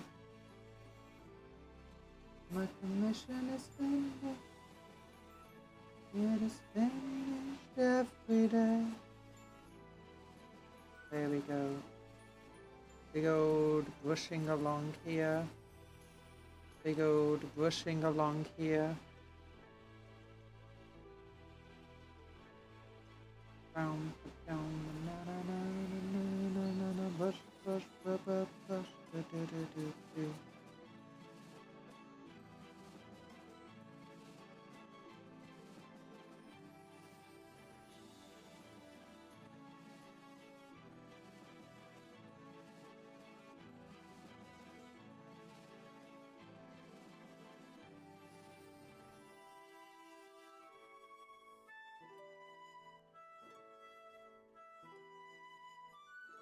Oh, I hate painting vehicles.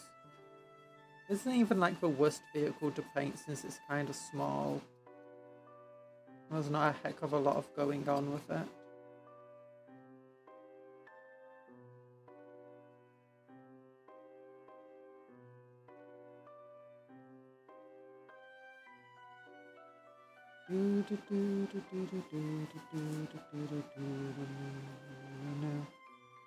Oh, this was months ago. It's built as a Baneblade and Hellhammer. Oh, nice!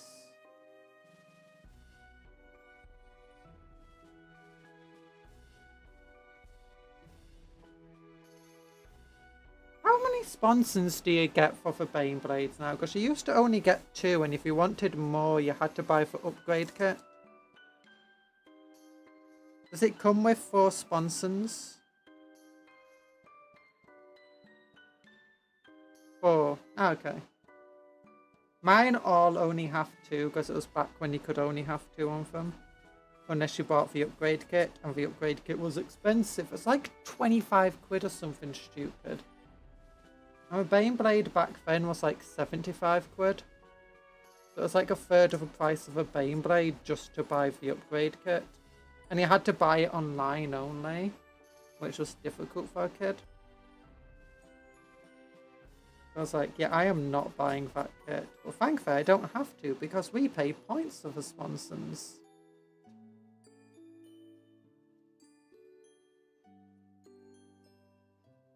If I was still a kid, I'd be so annoyed. And if I still had all my old Lehman Russes, I would be super annoyed about how the sponsons are now included in the points cost. Because all of my old Lehman Russes never had sponsons included. Because I was like, I don't know, some of them did, but then I was like, I want to just make like a guardsman army that, you know, is super, super impoverished, super underdoggy. It doesn't have any guns. Like, it can't afford pint tools, it can't afford its sponsons. All it's got is a main gun and the front cannon. The army was actually kind of good because, you know, turns out that you can have a lot of tanks if you can't afford sponsons.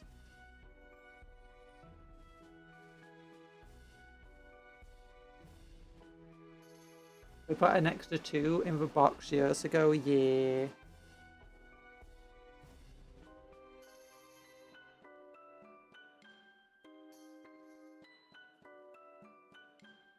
Mine are all ancient Baneblades, back before they put the 2 in the box.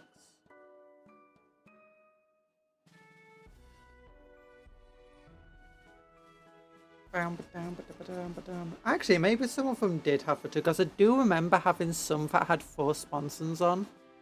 I don't have any of those ones anymore. Those are some of the ones I got rid of. And it's a shame. Like my Stormlord. Oh yeah, my Stormlord I think had 4 sponsons. I mean, I was out of the game for years and years. Basically much of my teenage years. There we go. And then I stopped kind of doing guard as much. And people stopped doing as many apocalypse games.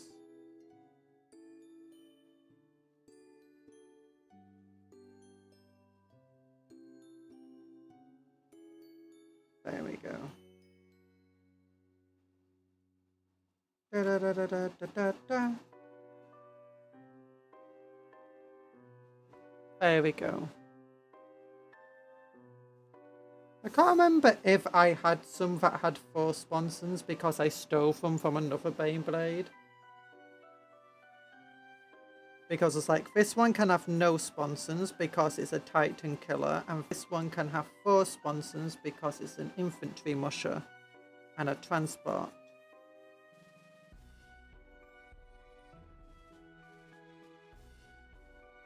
So I might have done that. Depends how long years ago it was.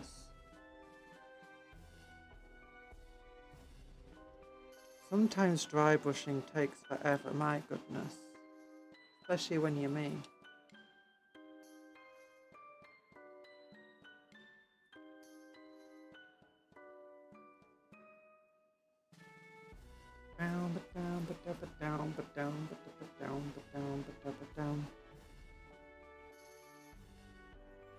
There we go.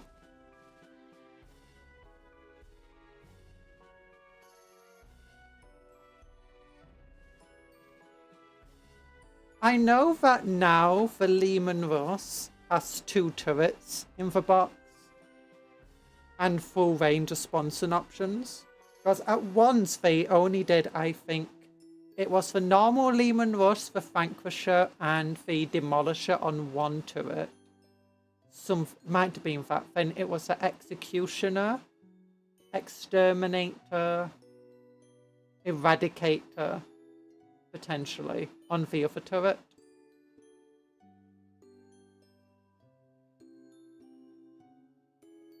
And they had it as 2 separate Lehman Russes. And then they finally got to adding the 2 together. Ow! Hi, Erland. We're not painting Space Marines, we're painting Mechanicus. Look, it's a crab. Do the crab wave. Do the crab. Do the crab. Erland, are you doing the crab? You have to do... I don't know what doing the crab is. But you have to do the crab dance. The crab wave dance. Necron's greater than Mechanicus. No! Necrons suck compared to Mechanicus.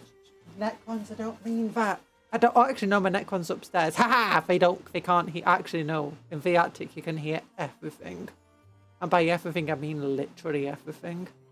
I could hear people like outside from miles away. I could hear people out in the park, walking for dogs and talking. I could hear people in their own gardens. I could even hear people in neighbouring houses. And I could hear everything in our house. I was like, wow. That Attic's got the best vantage point if you want to spy on people. And that's where my Necrons are. So they can probably hear me just saying Necrons suck. I'm sorry, Necrons. That's not true.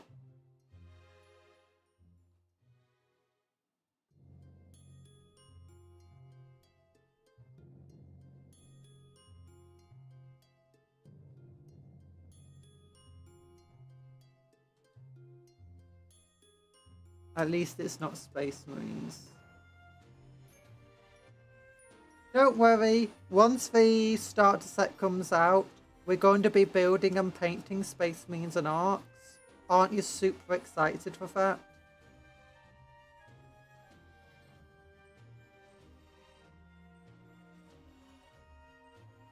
Erland, I know a book you might like. I've been listening to Falada with the Imperium.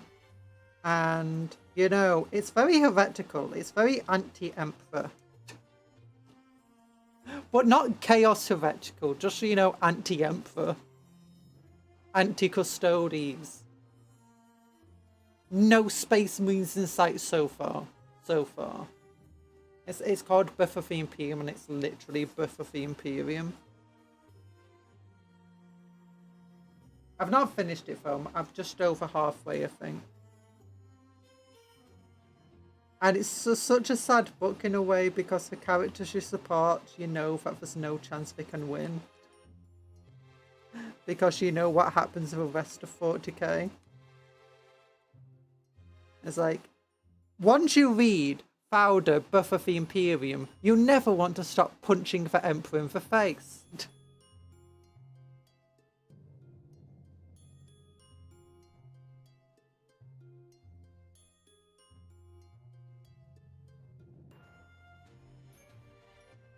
I mean, still, Chaos Heresy is bad, though.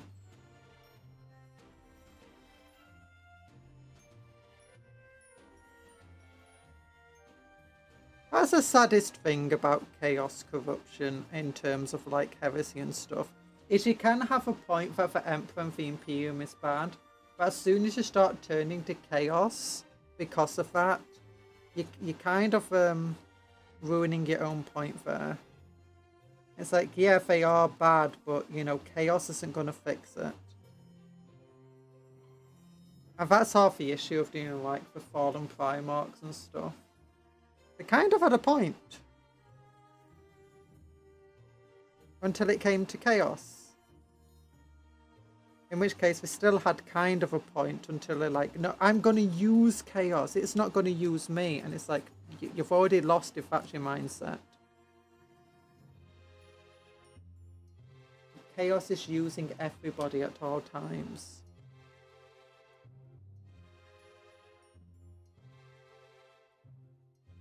Oh, and I finally got back to reading Belisarius' Call. What's it called? The Archmagos.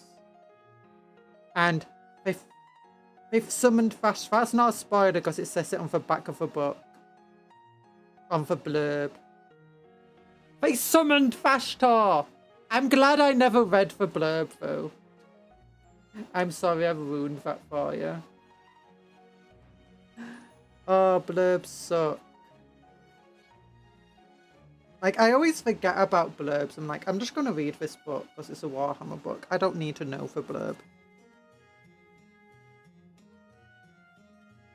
And then you read the blurb after reading the book. And like, my gosh, that's a lot of spoilers I wouldn't have liked of this book. But you know, that being said, it would have made it much easier to get through the book if I knew the spoilers beforehand. Because I'd be like, oh, I want to reach the spoiler part. I want to reach this part. Like, yeah, it doesn't happen until like at least a third way of the book. What the heck? But there we go. It's kind of very roughly dry brushed. Very roughly. It's meant to be roughly.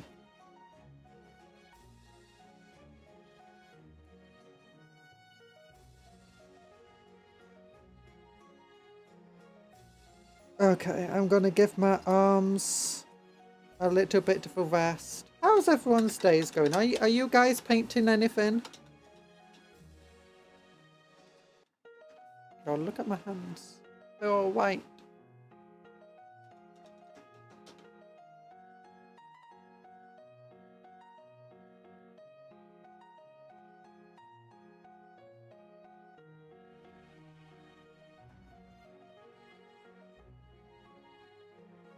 There we go. It is useless.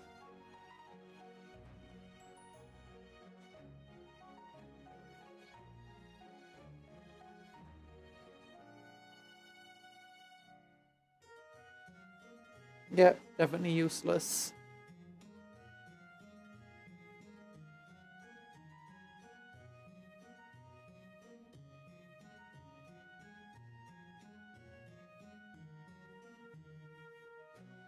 Okay, there we go. Grey base. Oh, I'm gonna stretch. I'm gonna have a sip of cola. Gimme your leather cola. Cola. And then, because Erlen's here, we're gonna go and do his favourite thing of the entire world. And that's paint this Space Marine. I'm joking, we're not gonna paint him. Instead, we're going to go over to here. We're going to click the plus sign. I'm going to put it here. I'm going to wait a minute. Because soon, I'm excited. The page does not exist! No! The Warhammer community page. No!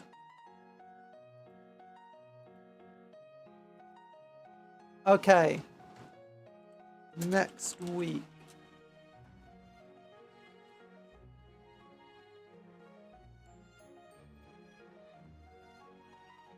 Sunday preview. Preview. Here we go, Sunday preview. Hive special edition. That looks cool. That's nice. This week on Warhammer Plus. Ooh, Aeronautics Imperialis is coming out. Gaskell Thacker, Battle Report. Okay, this is not... Okay, so next week I don't have to spend any money. Yay! No new expenditures. I was going to paint, but I'm too tired to paint, so I play Subnautica instead. Understandable.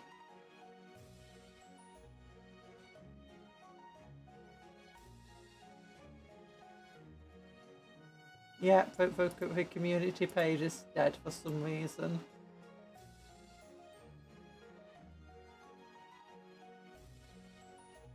But at least that's one more week where I don't want to buy anything from the Warhammer website.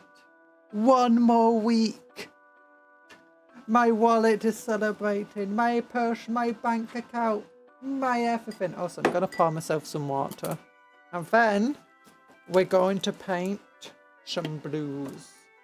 And blue dabba dee dabba da do do do do do do do do do do.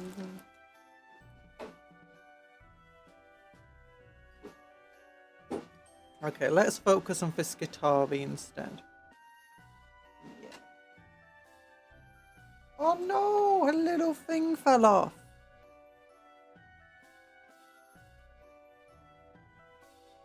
No, it fell off.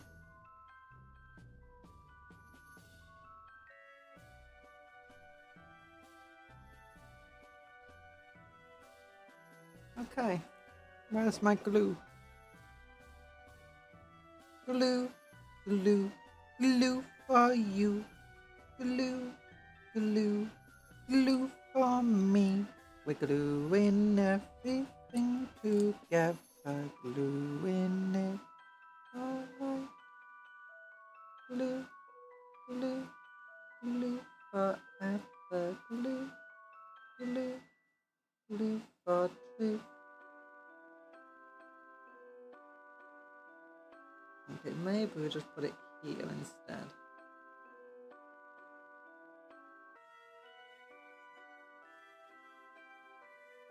Yeah, okay. Oh gosh, no, it's falling off. It's falling off.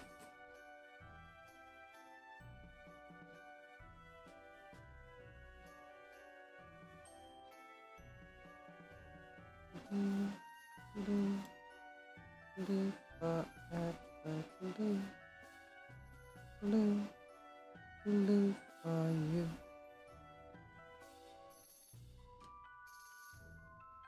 There you go.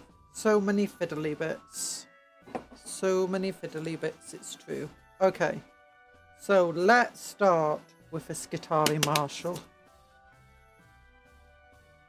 Okay, just like getting my hands ready. There we go. Okay, so which one's the layer brush? Which one's the base brush? Here we go. I want the base brush. We'll put this away. Where's my Talisar blue? Here it is.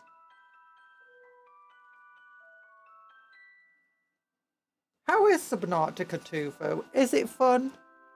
Is it good? I've heard a lot about it, but not whether it's any good or not. The main thing I've just heard is that they got rid of the knife. And people are like, where's my knife? Especially like every single bit. It's just like, what do you mean they got rid of the knife in Subnautica? Have you got to shank things? You need to shank things. You need to do some stabbing from time to time. It's like, no knife. No stabs. As a Brit, I think it's completely unforgivable and unthinkable that you'd remove a knife from a game.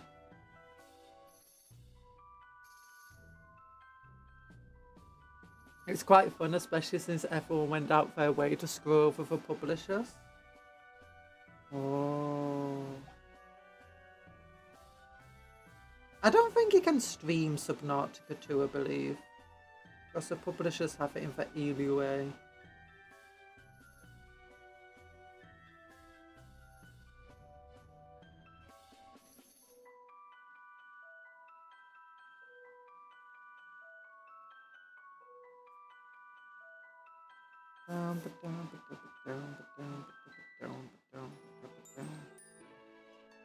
Going for a nice ocean colour. That's what I'm trying to go for, yeah. Tropical ocean. And we're going to use Baharoff blue to make it even brighter. Yeah, I feel like I'm losing some... Oh, turn the light back on. That might help. Yeah, I think I am losing some saturation in here because that's a very vivid blue for me. But it's barely showing up on the camera in terms of just how vivid it is.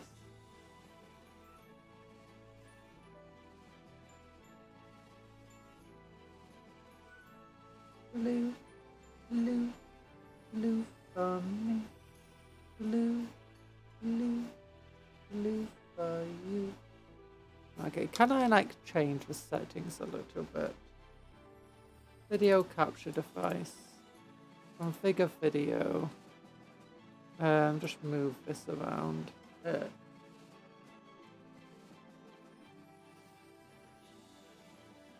Move that around. Okay. White balance. That's not helping too much.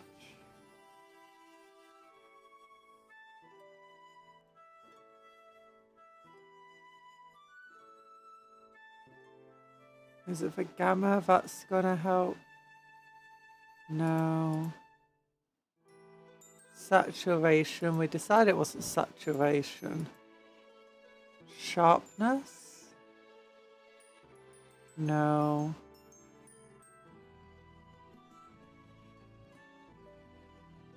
No, it's definitely not brightness. Oops, I accidentally massively boosted the brightness there. Contrast? Nope. Contrast doesn't help. What would it be then?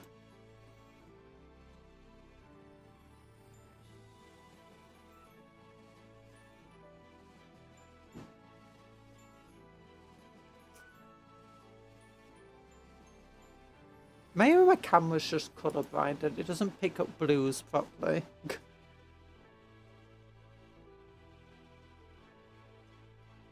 This is like a very vivid sky blue for me.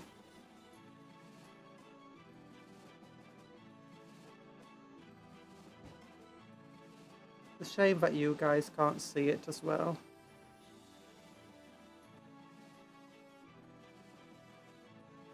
That is it's a bog standard copy pasted EUA that can never be forced in regards to steaming. You'd be surprised because there's been games in the past where it's like, have you ever seen a game where I've only played it once and you might see a bunch of its parts are silenced or whatever? Or I've just like not played it despite showing an interest. It's usually because trying to play it just results in, you know, demonetizations, copyright claims, and just a buttload of issues.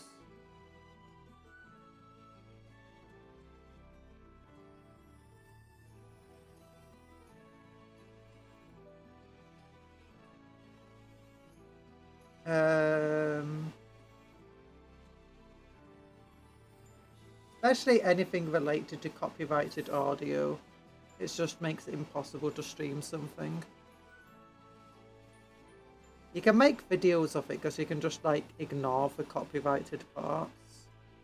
Other parts that would like trigger the censors.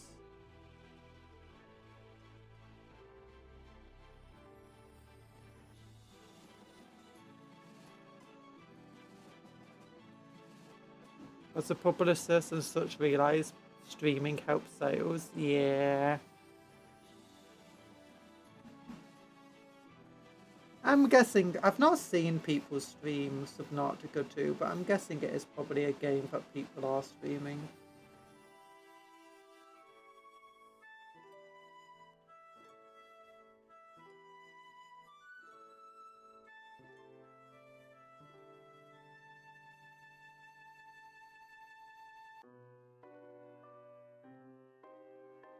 I know on YouTube we have to be more careful than what Twitch people have to be careful for.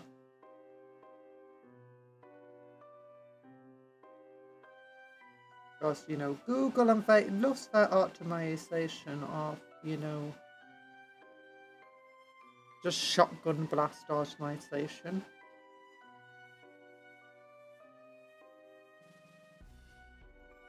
I've seen people stream some not good too a few times recently, if I didn't see as good. Maybe one day I'll look into getting it then. Maybe.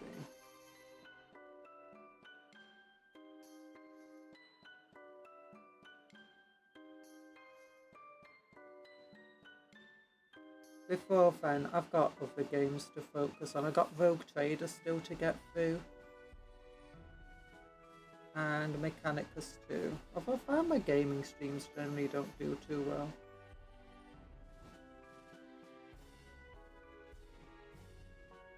There we go.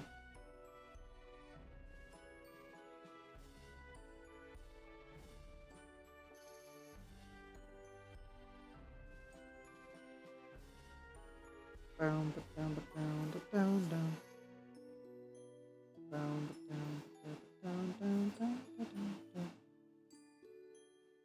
Da da da da. Da da da da.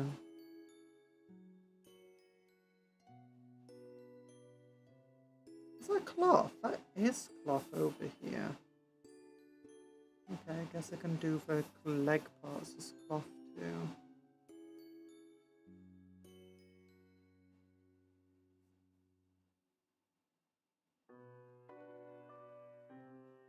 This is a very vibrant blue and I've never seen it actually painted on white before or grey. So I've never seen just how vibrant of a blue it can actually be. I've seen it painted on lead belch and stormhost silver. Well, I say seen it, I've painted it onto lead belch and stormhost silver, and I've also painted it onto what else did I paint it onto? Sandry dust.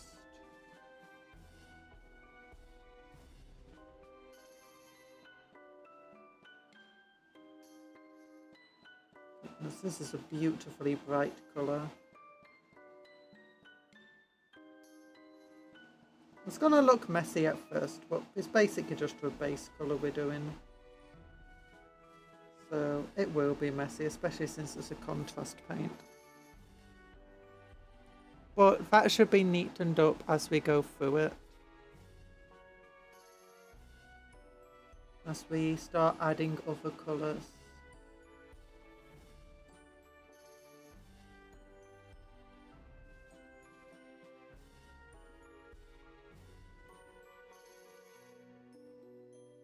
Yeah, Nintendo is one of the worst ones for, you know, attacking streamers who stream games.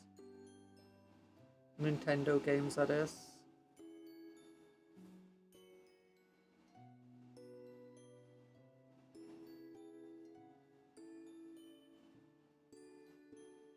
And it's one of the worst because there's like a 70-30 chance that you won't get, that they won't do anything against you, but then there's a 30% chance that you're just going to get hit by random, you know,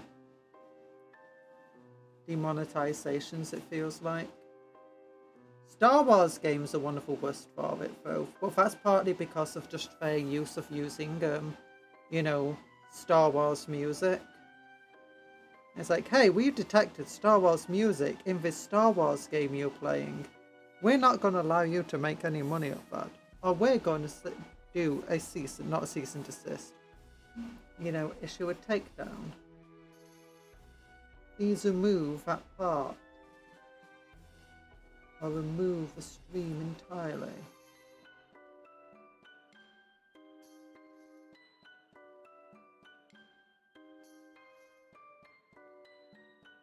There we go.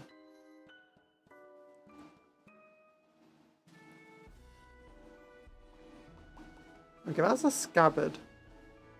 Yeah, we'll do the scabbard blue.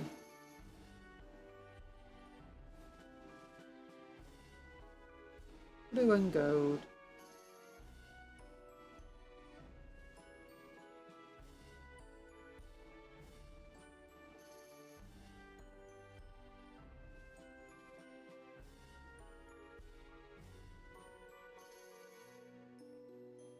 Doesn't matter if I go for areas that want gold, because the gold's not a contrast paint. It can just paint straight over the blue without issue.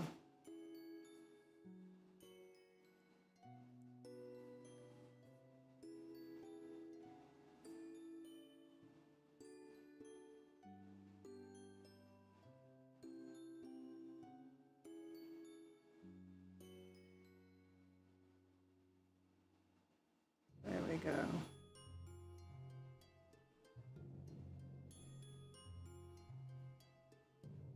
Yeah.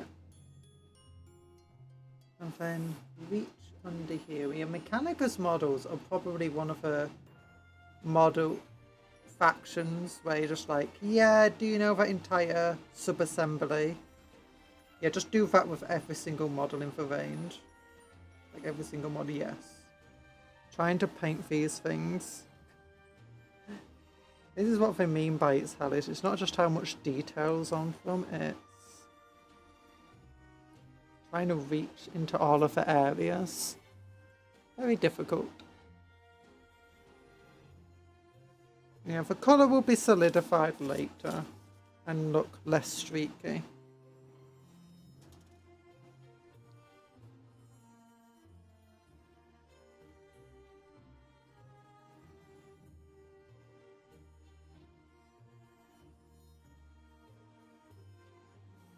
Make this directly on top of other Talasaur blue area. That should be fine.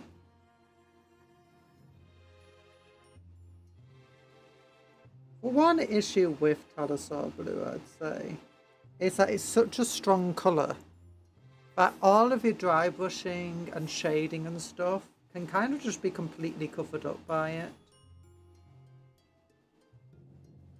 Compared to a lot of the other colours out there. It shines through so strongly.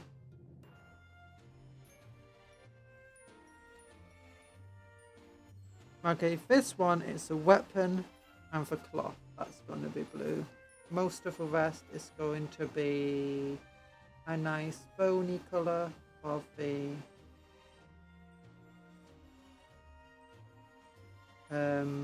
beach effect I want to go for.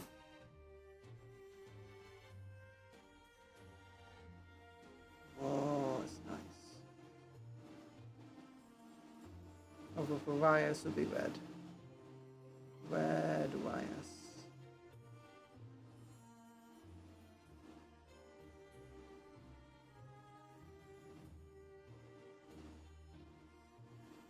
There we go, get under here.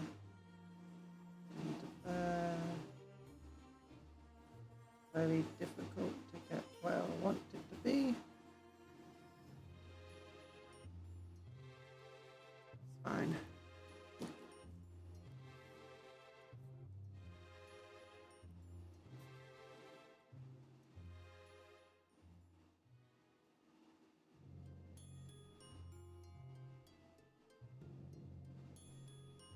I'm not the neatest painter, which is also probably one of the reasons why I'm not a super quick painter. Because I spend a lot of time just having to correct areas.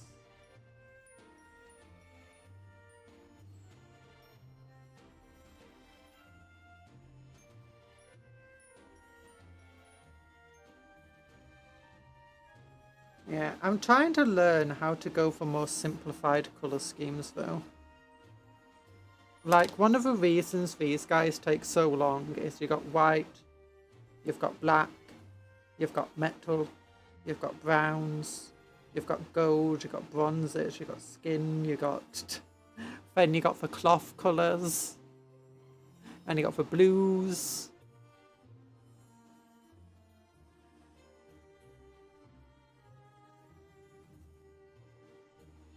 Like, we just reduced the number of colours. simplified it a little, it would be quicker.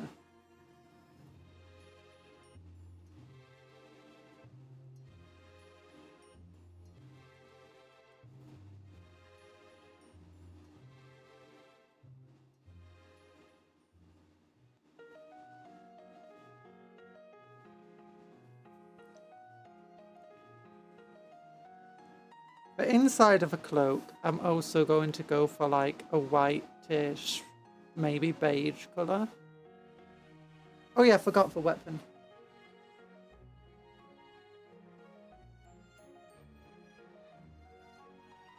All of this can just be blue. This part can be blue. This under part can be blue.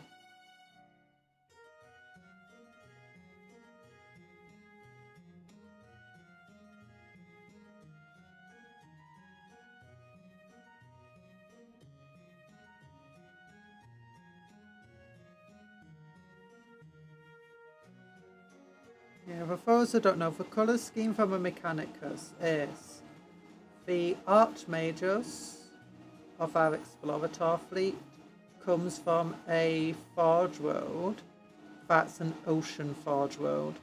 So the planet is like filled with these massive tropical oceans. Hello, Bob the Innkeeper, how you doing? Oh my gosh, it's like more stuff outside again. Sorry, it's like a lawnmower, a leaf blower or something, I don't know. I can't exactly close my window as it's extremely warm today. I'm fine, how are you? I'm doing okay.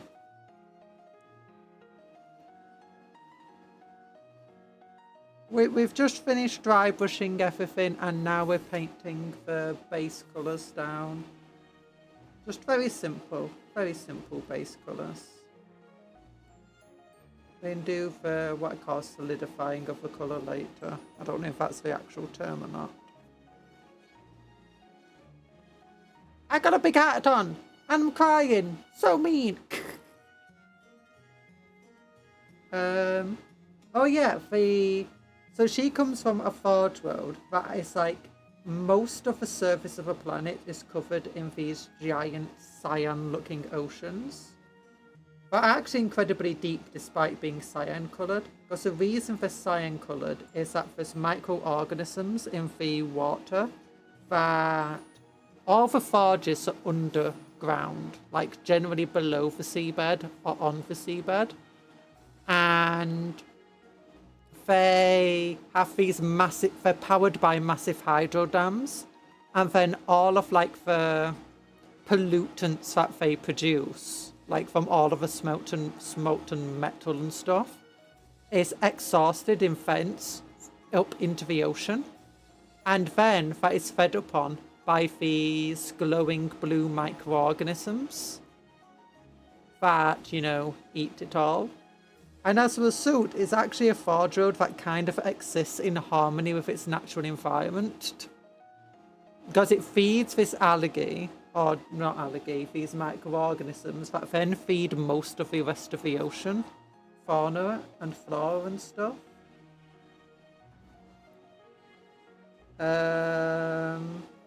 Now, if they're actually native to the planet or not, that's another thing, so maybe it doesn't live in quite harmony with it. But with the current habitat that they have, that the planet has, the forge world kind of exists in harmony with it. So the colours that they've got is kind of a reference to a forge world going for... I'm going to go for... Where is he? I want to go for like a rolling waves aesthetic on the capes, although with a much lighter colour. And then I want the bodies to feel like sand, or to look sandy.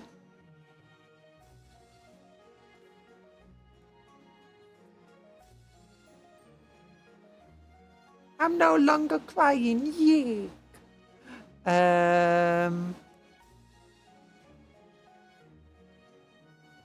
So yeah, I thought that would be cool.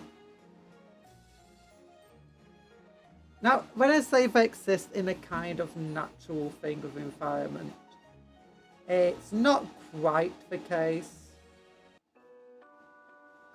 You have native inhabitants, well, not quite native, but you know, humans who live there in a kind of primitive lifestyle.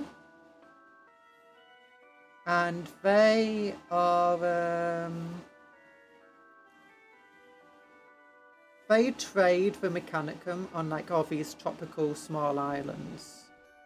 They're sick, elderly, and sometimes children in exchange for, you know, medicines and bits of technology and tech support.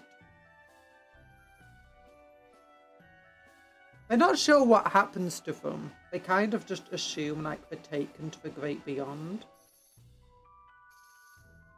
into an afterlife. In reality, they're all just being turned into servitors and servo schools and stuff. But you know,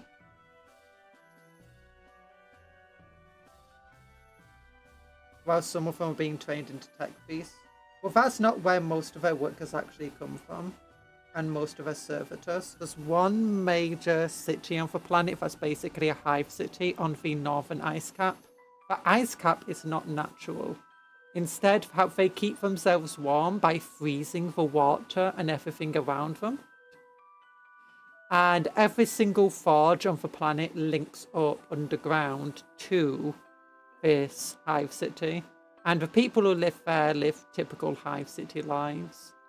It's generally a bit worse because the strongest and smartest amongst them are generally taken away by the tech beasts, while the rest of them are, you know, have to just eke out their own life.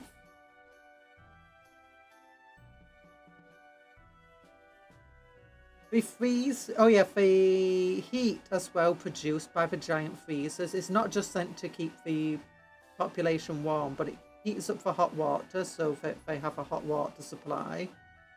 And it also, like, all the forges within the city use that heat in their own forges.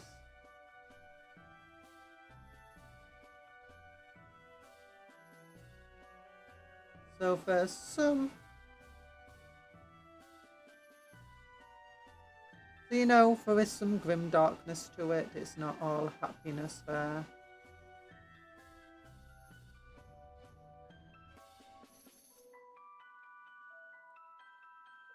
Cat is not a command, Bob. Cat is thankfully not a command because I'm not a cat. I will never be a cat. I don't go meow.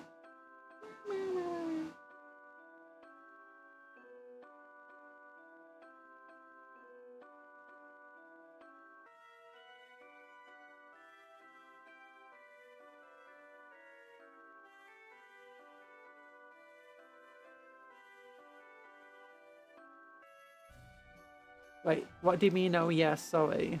No! No! I'm not a cat. I'm not a cat. In a hat.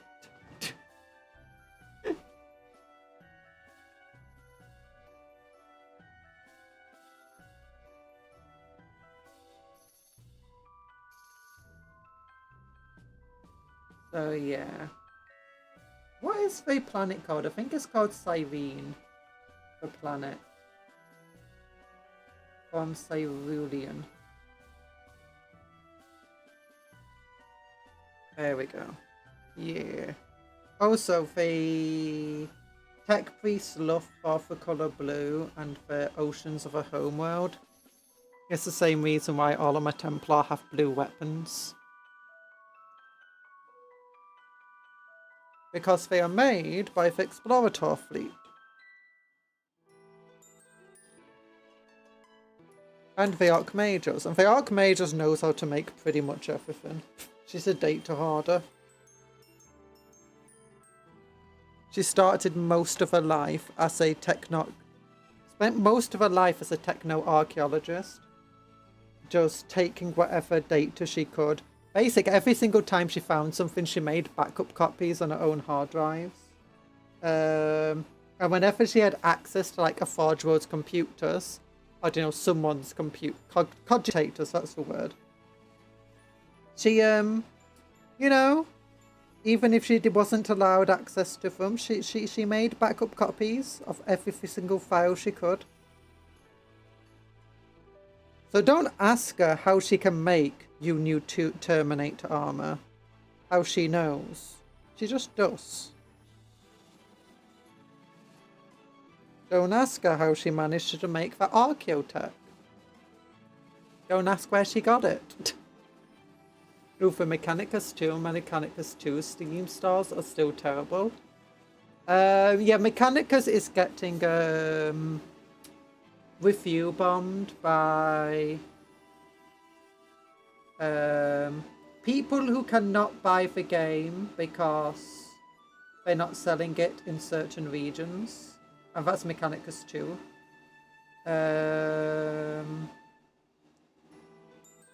Mechanicus 2,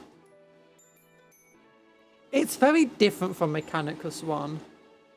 I'm still relatively early in it, but in a lot of regards, I do kind of prefer Mechanicus 1. In a lot of regards, Mechanicus 2 is better. Like, the voice acting is definitely better, and the art is definitely better. But it's definitely got something to be decided in optimization. And customization. Like, the original game was amazing for customization. That was half of the fun of the game. And Mechanicus 2 decided to just drop it.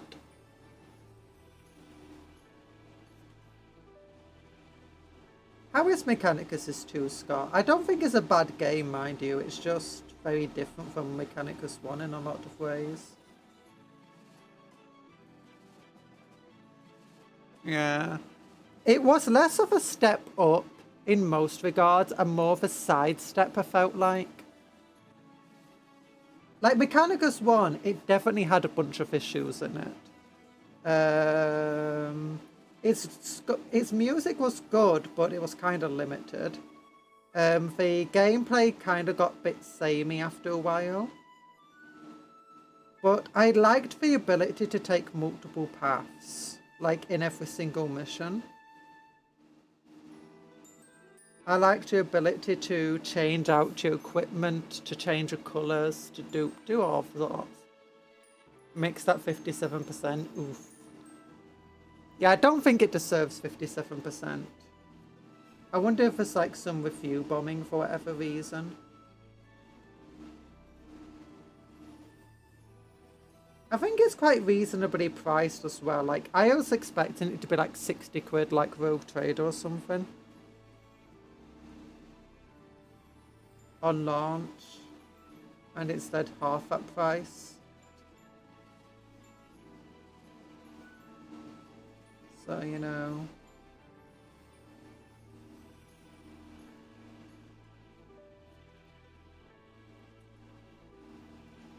I've not played the Necron part, mind you. I also don't like how they gave the canonical ending to Mechanicus 1 by just saying the Exterminatus it. It's like, yeah, it kind of makes sense, but come on, I just completely dominated that planet. Why are you Exterminatusing it? That sucks.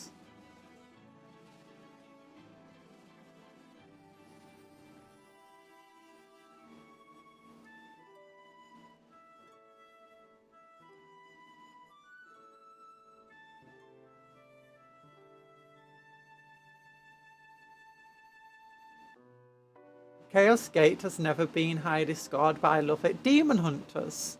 We did play a little bit of that on the channel.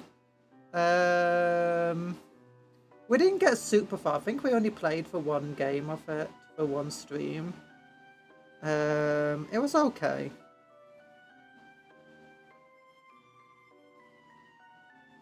I mean, but I was directly comparing it to Mechanicus because I played Mechanicus. I'm like, this is amazing. And then I'm like, okay, there's another XCOM-like game. I want to play it. And then I'm like, it's okay. It's one of the reasons why I'm not, you know, super hyped for But I think if it wasn't, if I hadn't played Mechanicus first, I think I'd have liked Demon Hunters more. It's just directly competing with Mechanicus. That is the issue with it. It's like, I could be playing this, but I can be playing Mechanicus instead. I mean, I could go back to Demon Hunters, actually. I've still got it on my computer.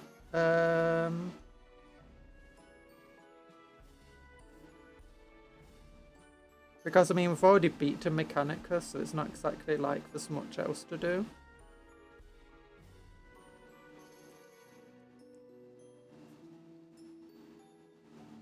And I still preferred it over XCOM 2, which might be a bit heretical, but, you know.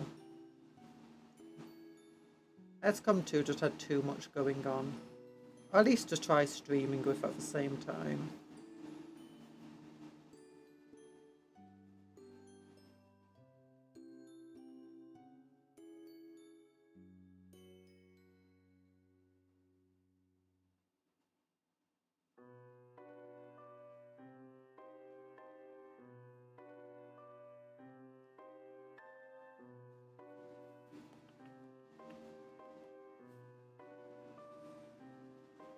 There we go.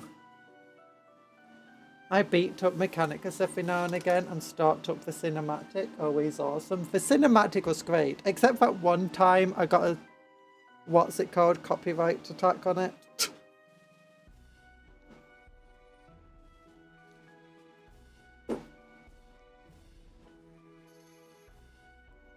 Which is why we stopped showing the intro cinematic after that.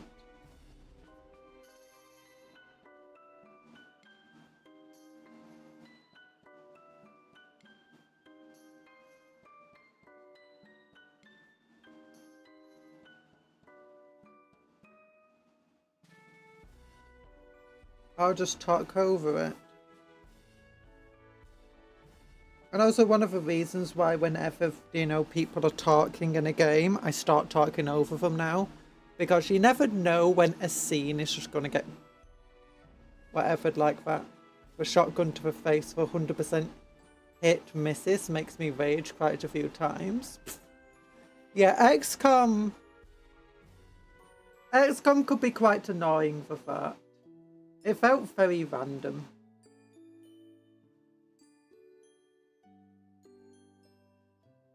And it felt like the chances it gave you weren't actually very, you know, indicative. Like 32% chance to hit, misses every time. 90% chance of hitting. I mean, it might hit. But, you know, there's a good chance it won't.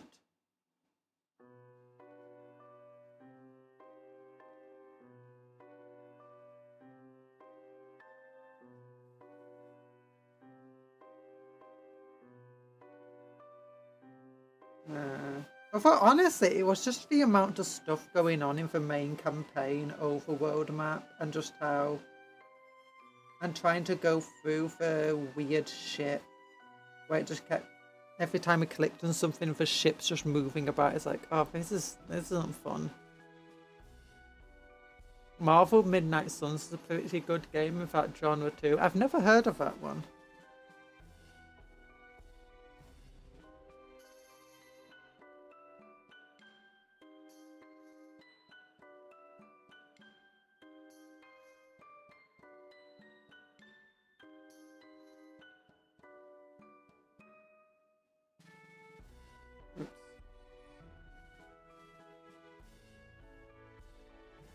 Really? Nope, never heard of it at all. And I'm not a big I don't think I've played any Marvel games, to be honest, or keep up with any of them. I know you had Marvel Rivals and that one Avengers game, but that's about it. Oh, and then you've had the... is it the Capcom games? Is the Capcom games of DC? Or do they do both? I don't know. I know there's been a few fighting games. Anyway.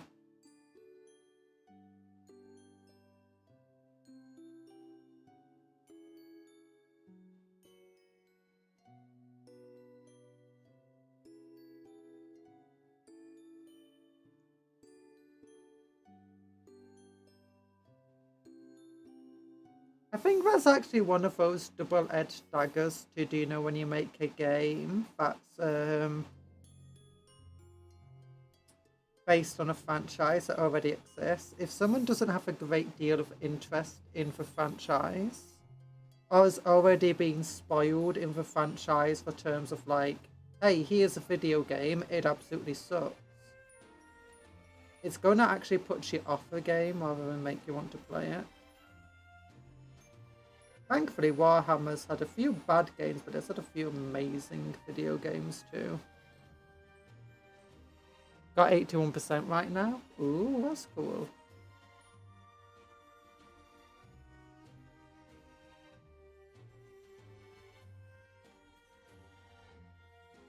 Oh no, this unplugged again. That's not fun. Wondered why I couldn't find it. It's over here.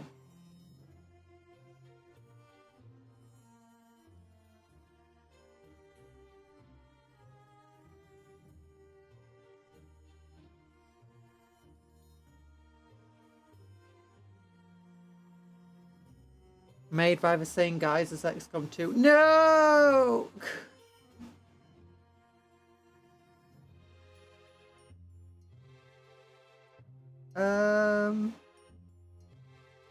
What's my favourite XCOM like? I don't know. Probably actually just the first Mechanicus.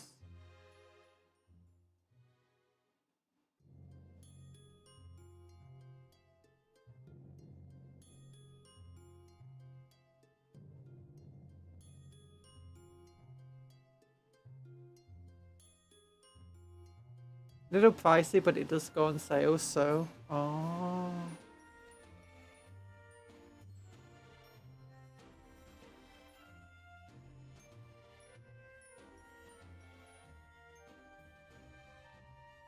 XCOM is another one of those games where you got XCOM likes and it's used as a reference. A bit like how Vampire Survivors, you got Survivor likes now. Yeah, there's many games that are older, but just like Vampire Survivors, like Vampire Survivors wasn't the first in the Survivors genre. And XCOM wasn't the first game like XCOM. Well, they become like the go-to for that term. Very weird.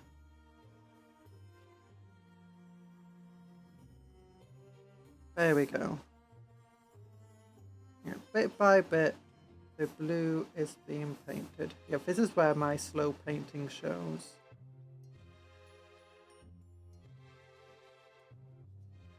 Don't worry, it's not a one-to-one XCOM 2 clone. It's less annoying. That's good. Okay, I'm turning off my air conditioner again because it's getting a bit too wheezy in here. You see a lot of FPS games used to be called Doom clones at one point. Yeah, and Doom wasn't the first one. What came first? Was it, did Wolfenstein come before? Or was Doom the first FPS?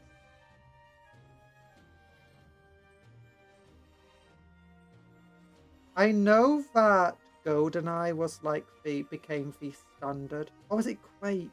Quake was like one of those big ones as well. Then GoldenEye became like the standard for multiplayer FPSs with arcade modes.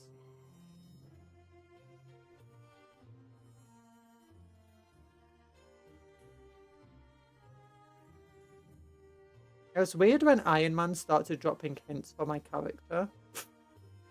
Yes, there are downtimes in relationship mechanics. Relationship mechanics? What? Look. Humans should all just do what I say, never mind how they feel about me. And aliens too. All superheroes should. That's how I feel. Or is it more relationship mechanics like romance? In which case, romance! No romance! Proximity mine spam in GoldenEye 64 was hilarious. Oh, never played it. Wolfenstein 3D was the first one. Doom was a spiritual sequel. Ah, yeah. I couldn't remember which way round it was.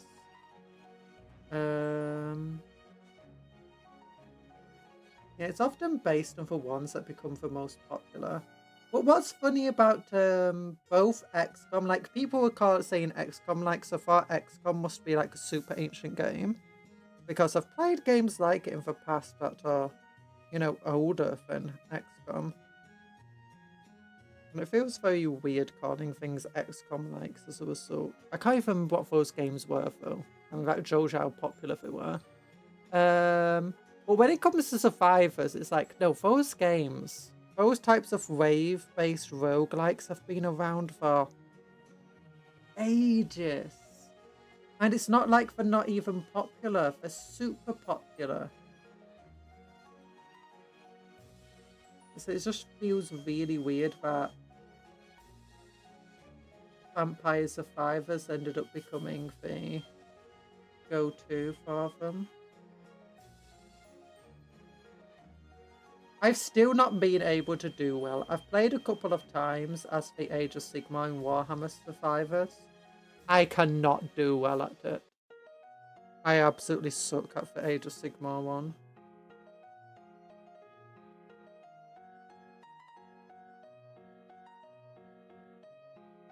And they never drop treasure chests. Or they do, just it's extraordinarily rare. So difficult to even defeat elite because they don't chase after you the same. Some of them actively run away from you.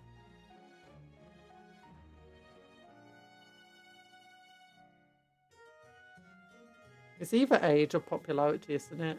To start the A-like trend, I guess so.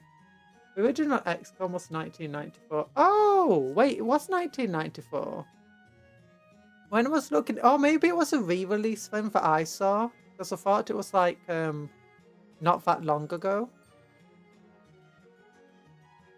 Oh, the Mark of Chaos cinematic is amazing. I remember seeing that as a kid and being like, oh my gosh, that's amazing. I think that's actually one of the things that made me get Warhammer Fantasy in the end. When I saw that cinematic, I was like, oh my goodness. That is actually amazing. Shame that the rest of the game isn't as good. Yeah, I thought when I was looking up XCOM, it was much younger. Or maybe it is that old. Okay. Maybe it is just a remake that I saw then. Or like a re-release of it.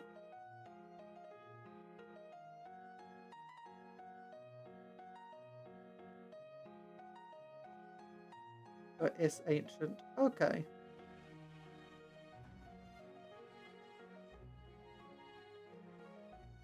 Because that's definitely older than a lot of the other XCOM-like games I've played in the past then. As a kid and stuff. I mean, I had a lot of ancient games because we had a PS1 and a PS2. And we got our games in the bargain bin.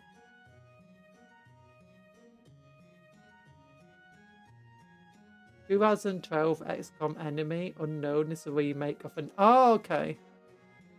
So it was 2012 when I thought it was then, yeah.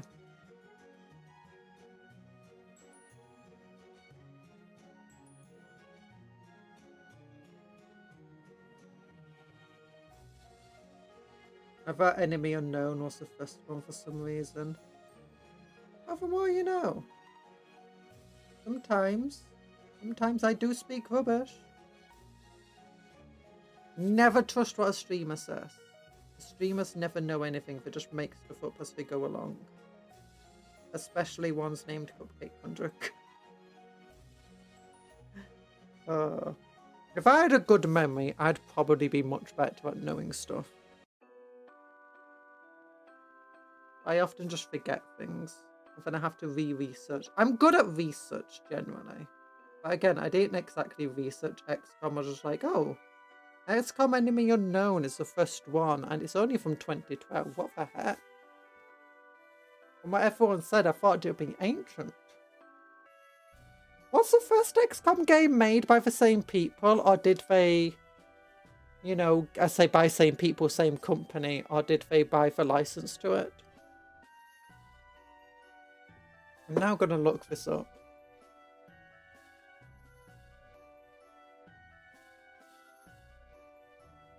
XCOM. Oh, it was called UFO. Enemy Unknown. Oh yeah, I think I did hear about that actually. Yeah, UFO. Enemy Unknown. Created by Mythos Games and Micropose.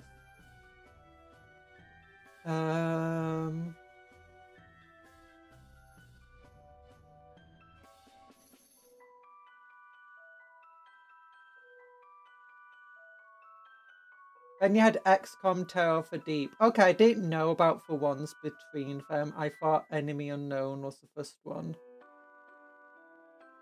AKM, XCOM UFO Defense. And then it was bought by Firaxis Games and 2K Games. Hasbro Interactive took... Oh, maybe I did know about that one, actually.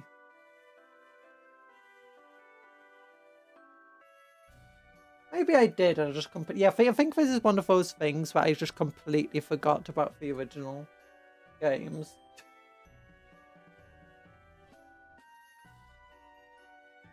Oof, Mark of Chaos came out in 06. I'm old. I never even knew what the cinematic was from of the Mark of Chaos game. I just saw the intro cinematic. I actually thought until recently it was from Warhammer Total War. And I only recently learned about Mark of Chaos. But I was like, oh, I knew that's a cinematic. I saw that. Same with the Dawn of War cinematic. That Dawn of the original Dawn of War cinematic makes the Space Marines look absolutely pathetic.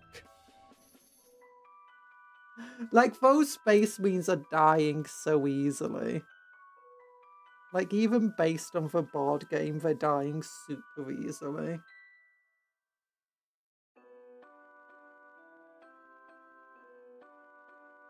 Oh, gosh. Although the Dreadnought being blown up by a tank buster is completely accurate, to be honest. Tank busters were terrifying. Because I think that they weren't quite melter bomb like. But they weren't far off melter bomb, so basically the arc melter bomb. I think like most arc things, just technically a little bit worse. So I might be wrong there.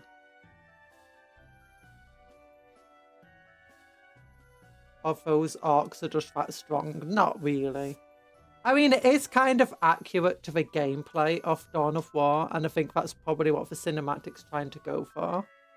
And I think they probably would go with more arcs if, you know... I think the more entities that they have makes the price of and the difficulty of making the animation, you know, exponentially more expensive and difficult. So I think they purposely limited the number of like entities they had on the screen. Especially lore accurate arcs. Back when Dawn of War came out, lore accurate arcs were significantly weaker than current lore accurate arcs. Like, current lore accurate arcs would make the arcs of back when Dawn of War came out feel absolutely pathetic. Like, for a while, the lore seriously was orcs were no stronger than humans despite all those big muscles. Because they're made out of fungus, the big muscles are kind of, you know, much weaker than human and mammalian muscles. But similarly, Eldar were almost the strongest Space Marines in lore, despite being extremely thin and skinny.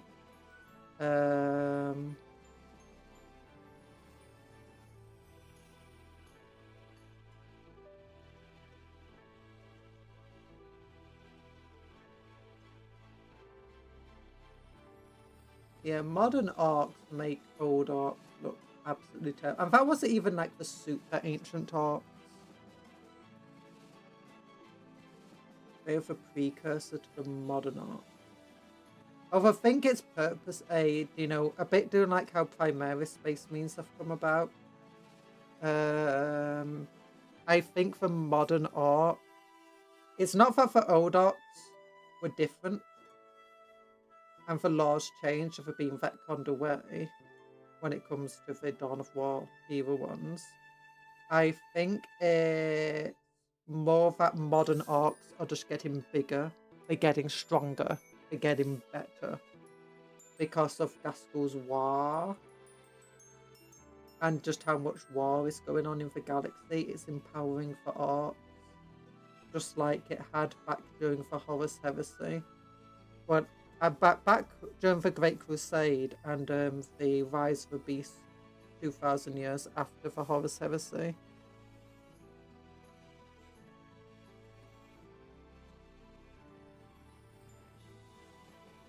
Not quite at that level, but threatening to reach that level.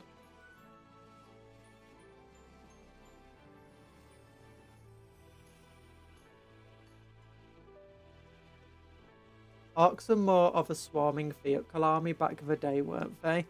Back in, was it 4th when Dawn of War came out? It probably was, wasn't it?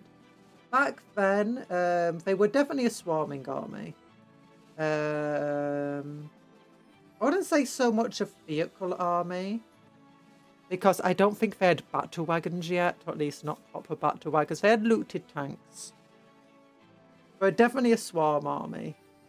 For toughness 4 with 1 wound. Space Marines were also toughness 4 with 1 wound. But Arcs only had a 6+ armor save. Space Marines still had their 3+. And they were only strength 3. Which sounds absolutely insane, but yeah, for a strength 3, even with melee, they only got 1 attack unless they had slugger and melee weapon, in which case they got 2. They got everyone got an additional attack on the charge, but Arcs got +1 strength on the charge and only on the charge.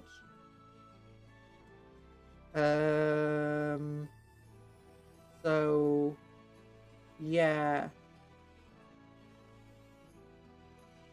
Like, do you know all of that lore, especially in older books, about like guardsmen fighting orcs? Or do you know being able to stop an orc attack and then stab him and, you know, take out an orc in melee? Yeah, that was pretty accurate. Especially on the tabletop. Like, if a squad of guardsmen charged a squad of orcs, those orcs were a good chance that they'll just be wiped out. Or at least enough of them. Oh yeah, orcs were also initiative 2, I believe. So that meant that they struck almost last. Like a power fist made you initiative 1, which was like strike last. Guardsmen were initiative 3. Space Marines were initiative 4. Space Marines absolutely sucked on tabletop, especially compared to the lore accurate versions. Or even things that weren't super lore accurate. Space Marines were kind of pathetic on the tabletop. Now they're kind of cool.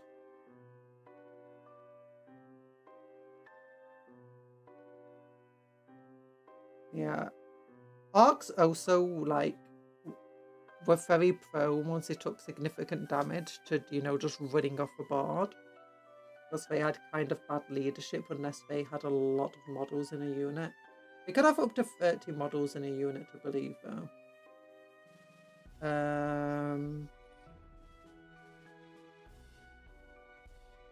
They had the war mechanic, and I can't remember exactly what the war mechanic did. The shooters were actually, I believe, pretty good, because I think the shooters, didn't they have the assault keyword? So you could shoot from then charge, which you couldn't usually do. You had to shoot or charge. Dawn of War came out in 04, a month after 4th edition came out. Yeah. So unless GW gave them a sneaky peek, it looks like 3rd edition was more of an inspiration. I think it's probably 4th edition. They might have had a bit of a sneak peek. Because I don't know when a lot of the art kits from back then came out. But I feel like a lot of the stuff that they had is more 4th edition era arcs rather than 3rd edition.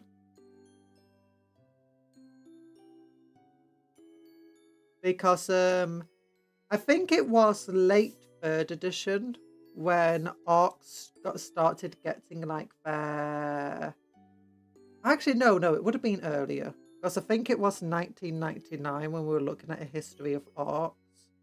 When arcs finally got their... GiveSprinkles wasn't on a 3-year cycle back then, were they? I don't think so. It's hard to know. Well, I gotta say it's hard to know. I can't remember off the top of my head because I mean I came in technically in 5th, although with Battle of McCrag from 4th. And then 6th came out, and then 7th. I feel like it quickly followed 6. I think it even had the same start to set as 6.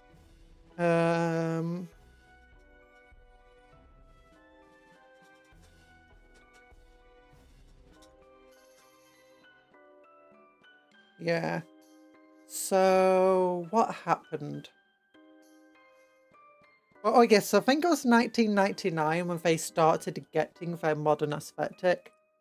Because before that, they were inspired by bikers and stuff, but they weren't quite the scrap demons that they are today. They weren't making everything from scrap.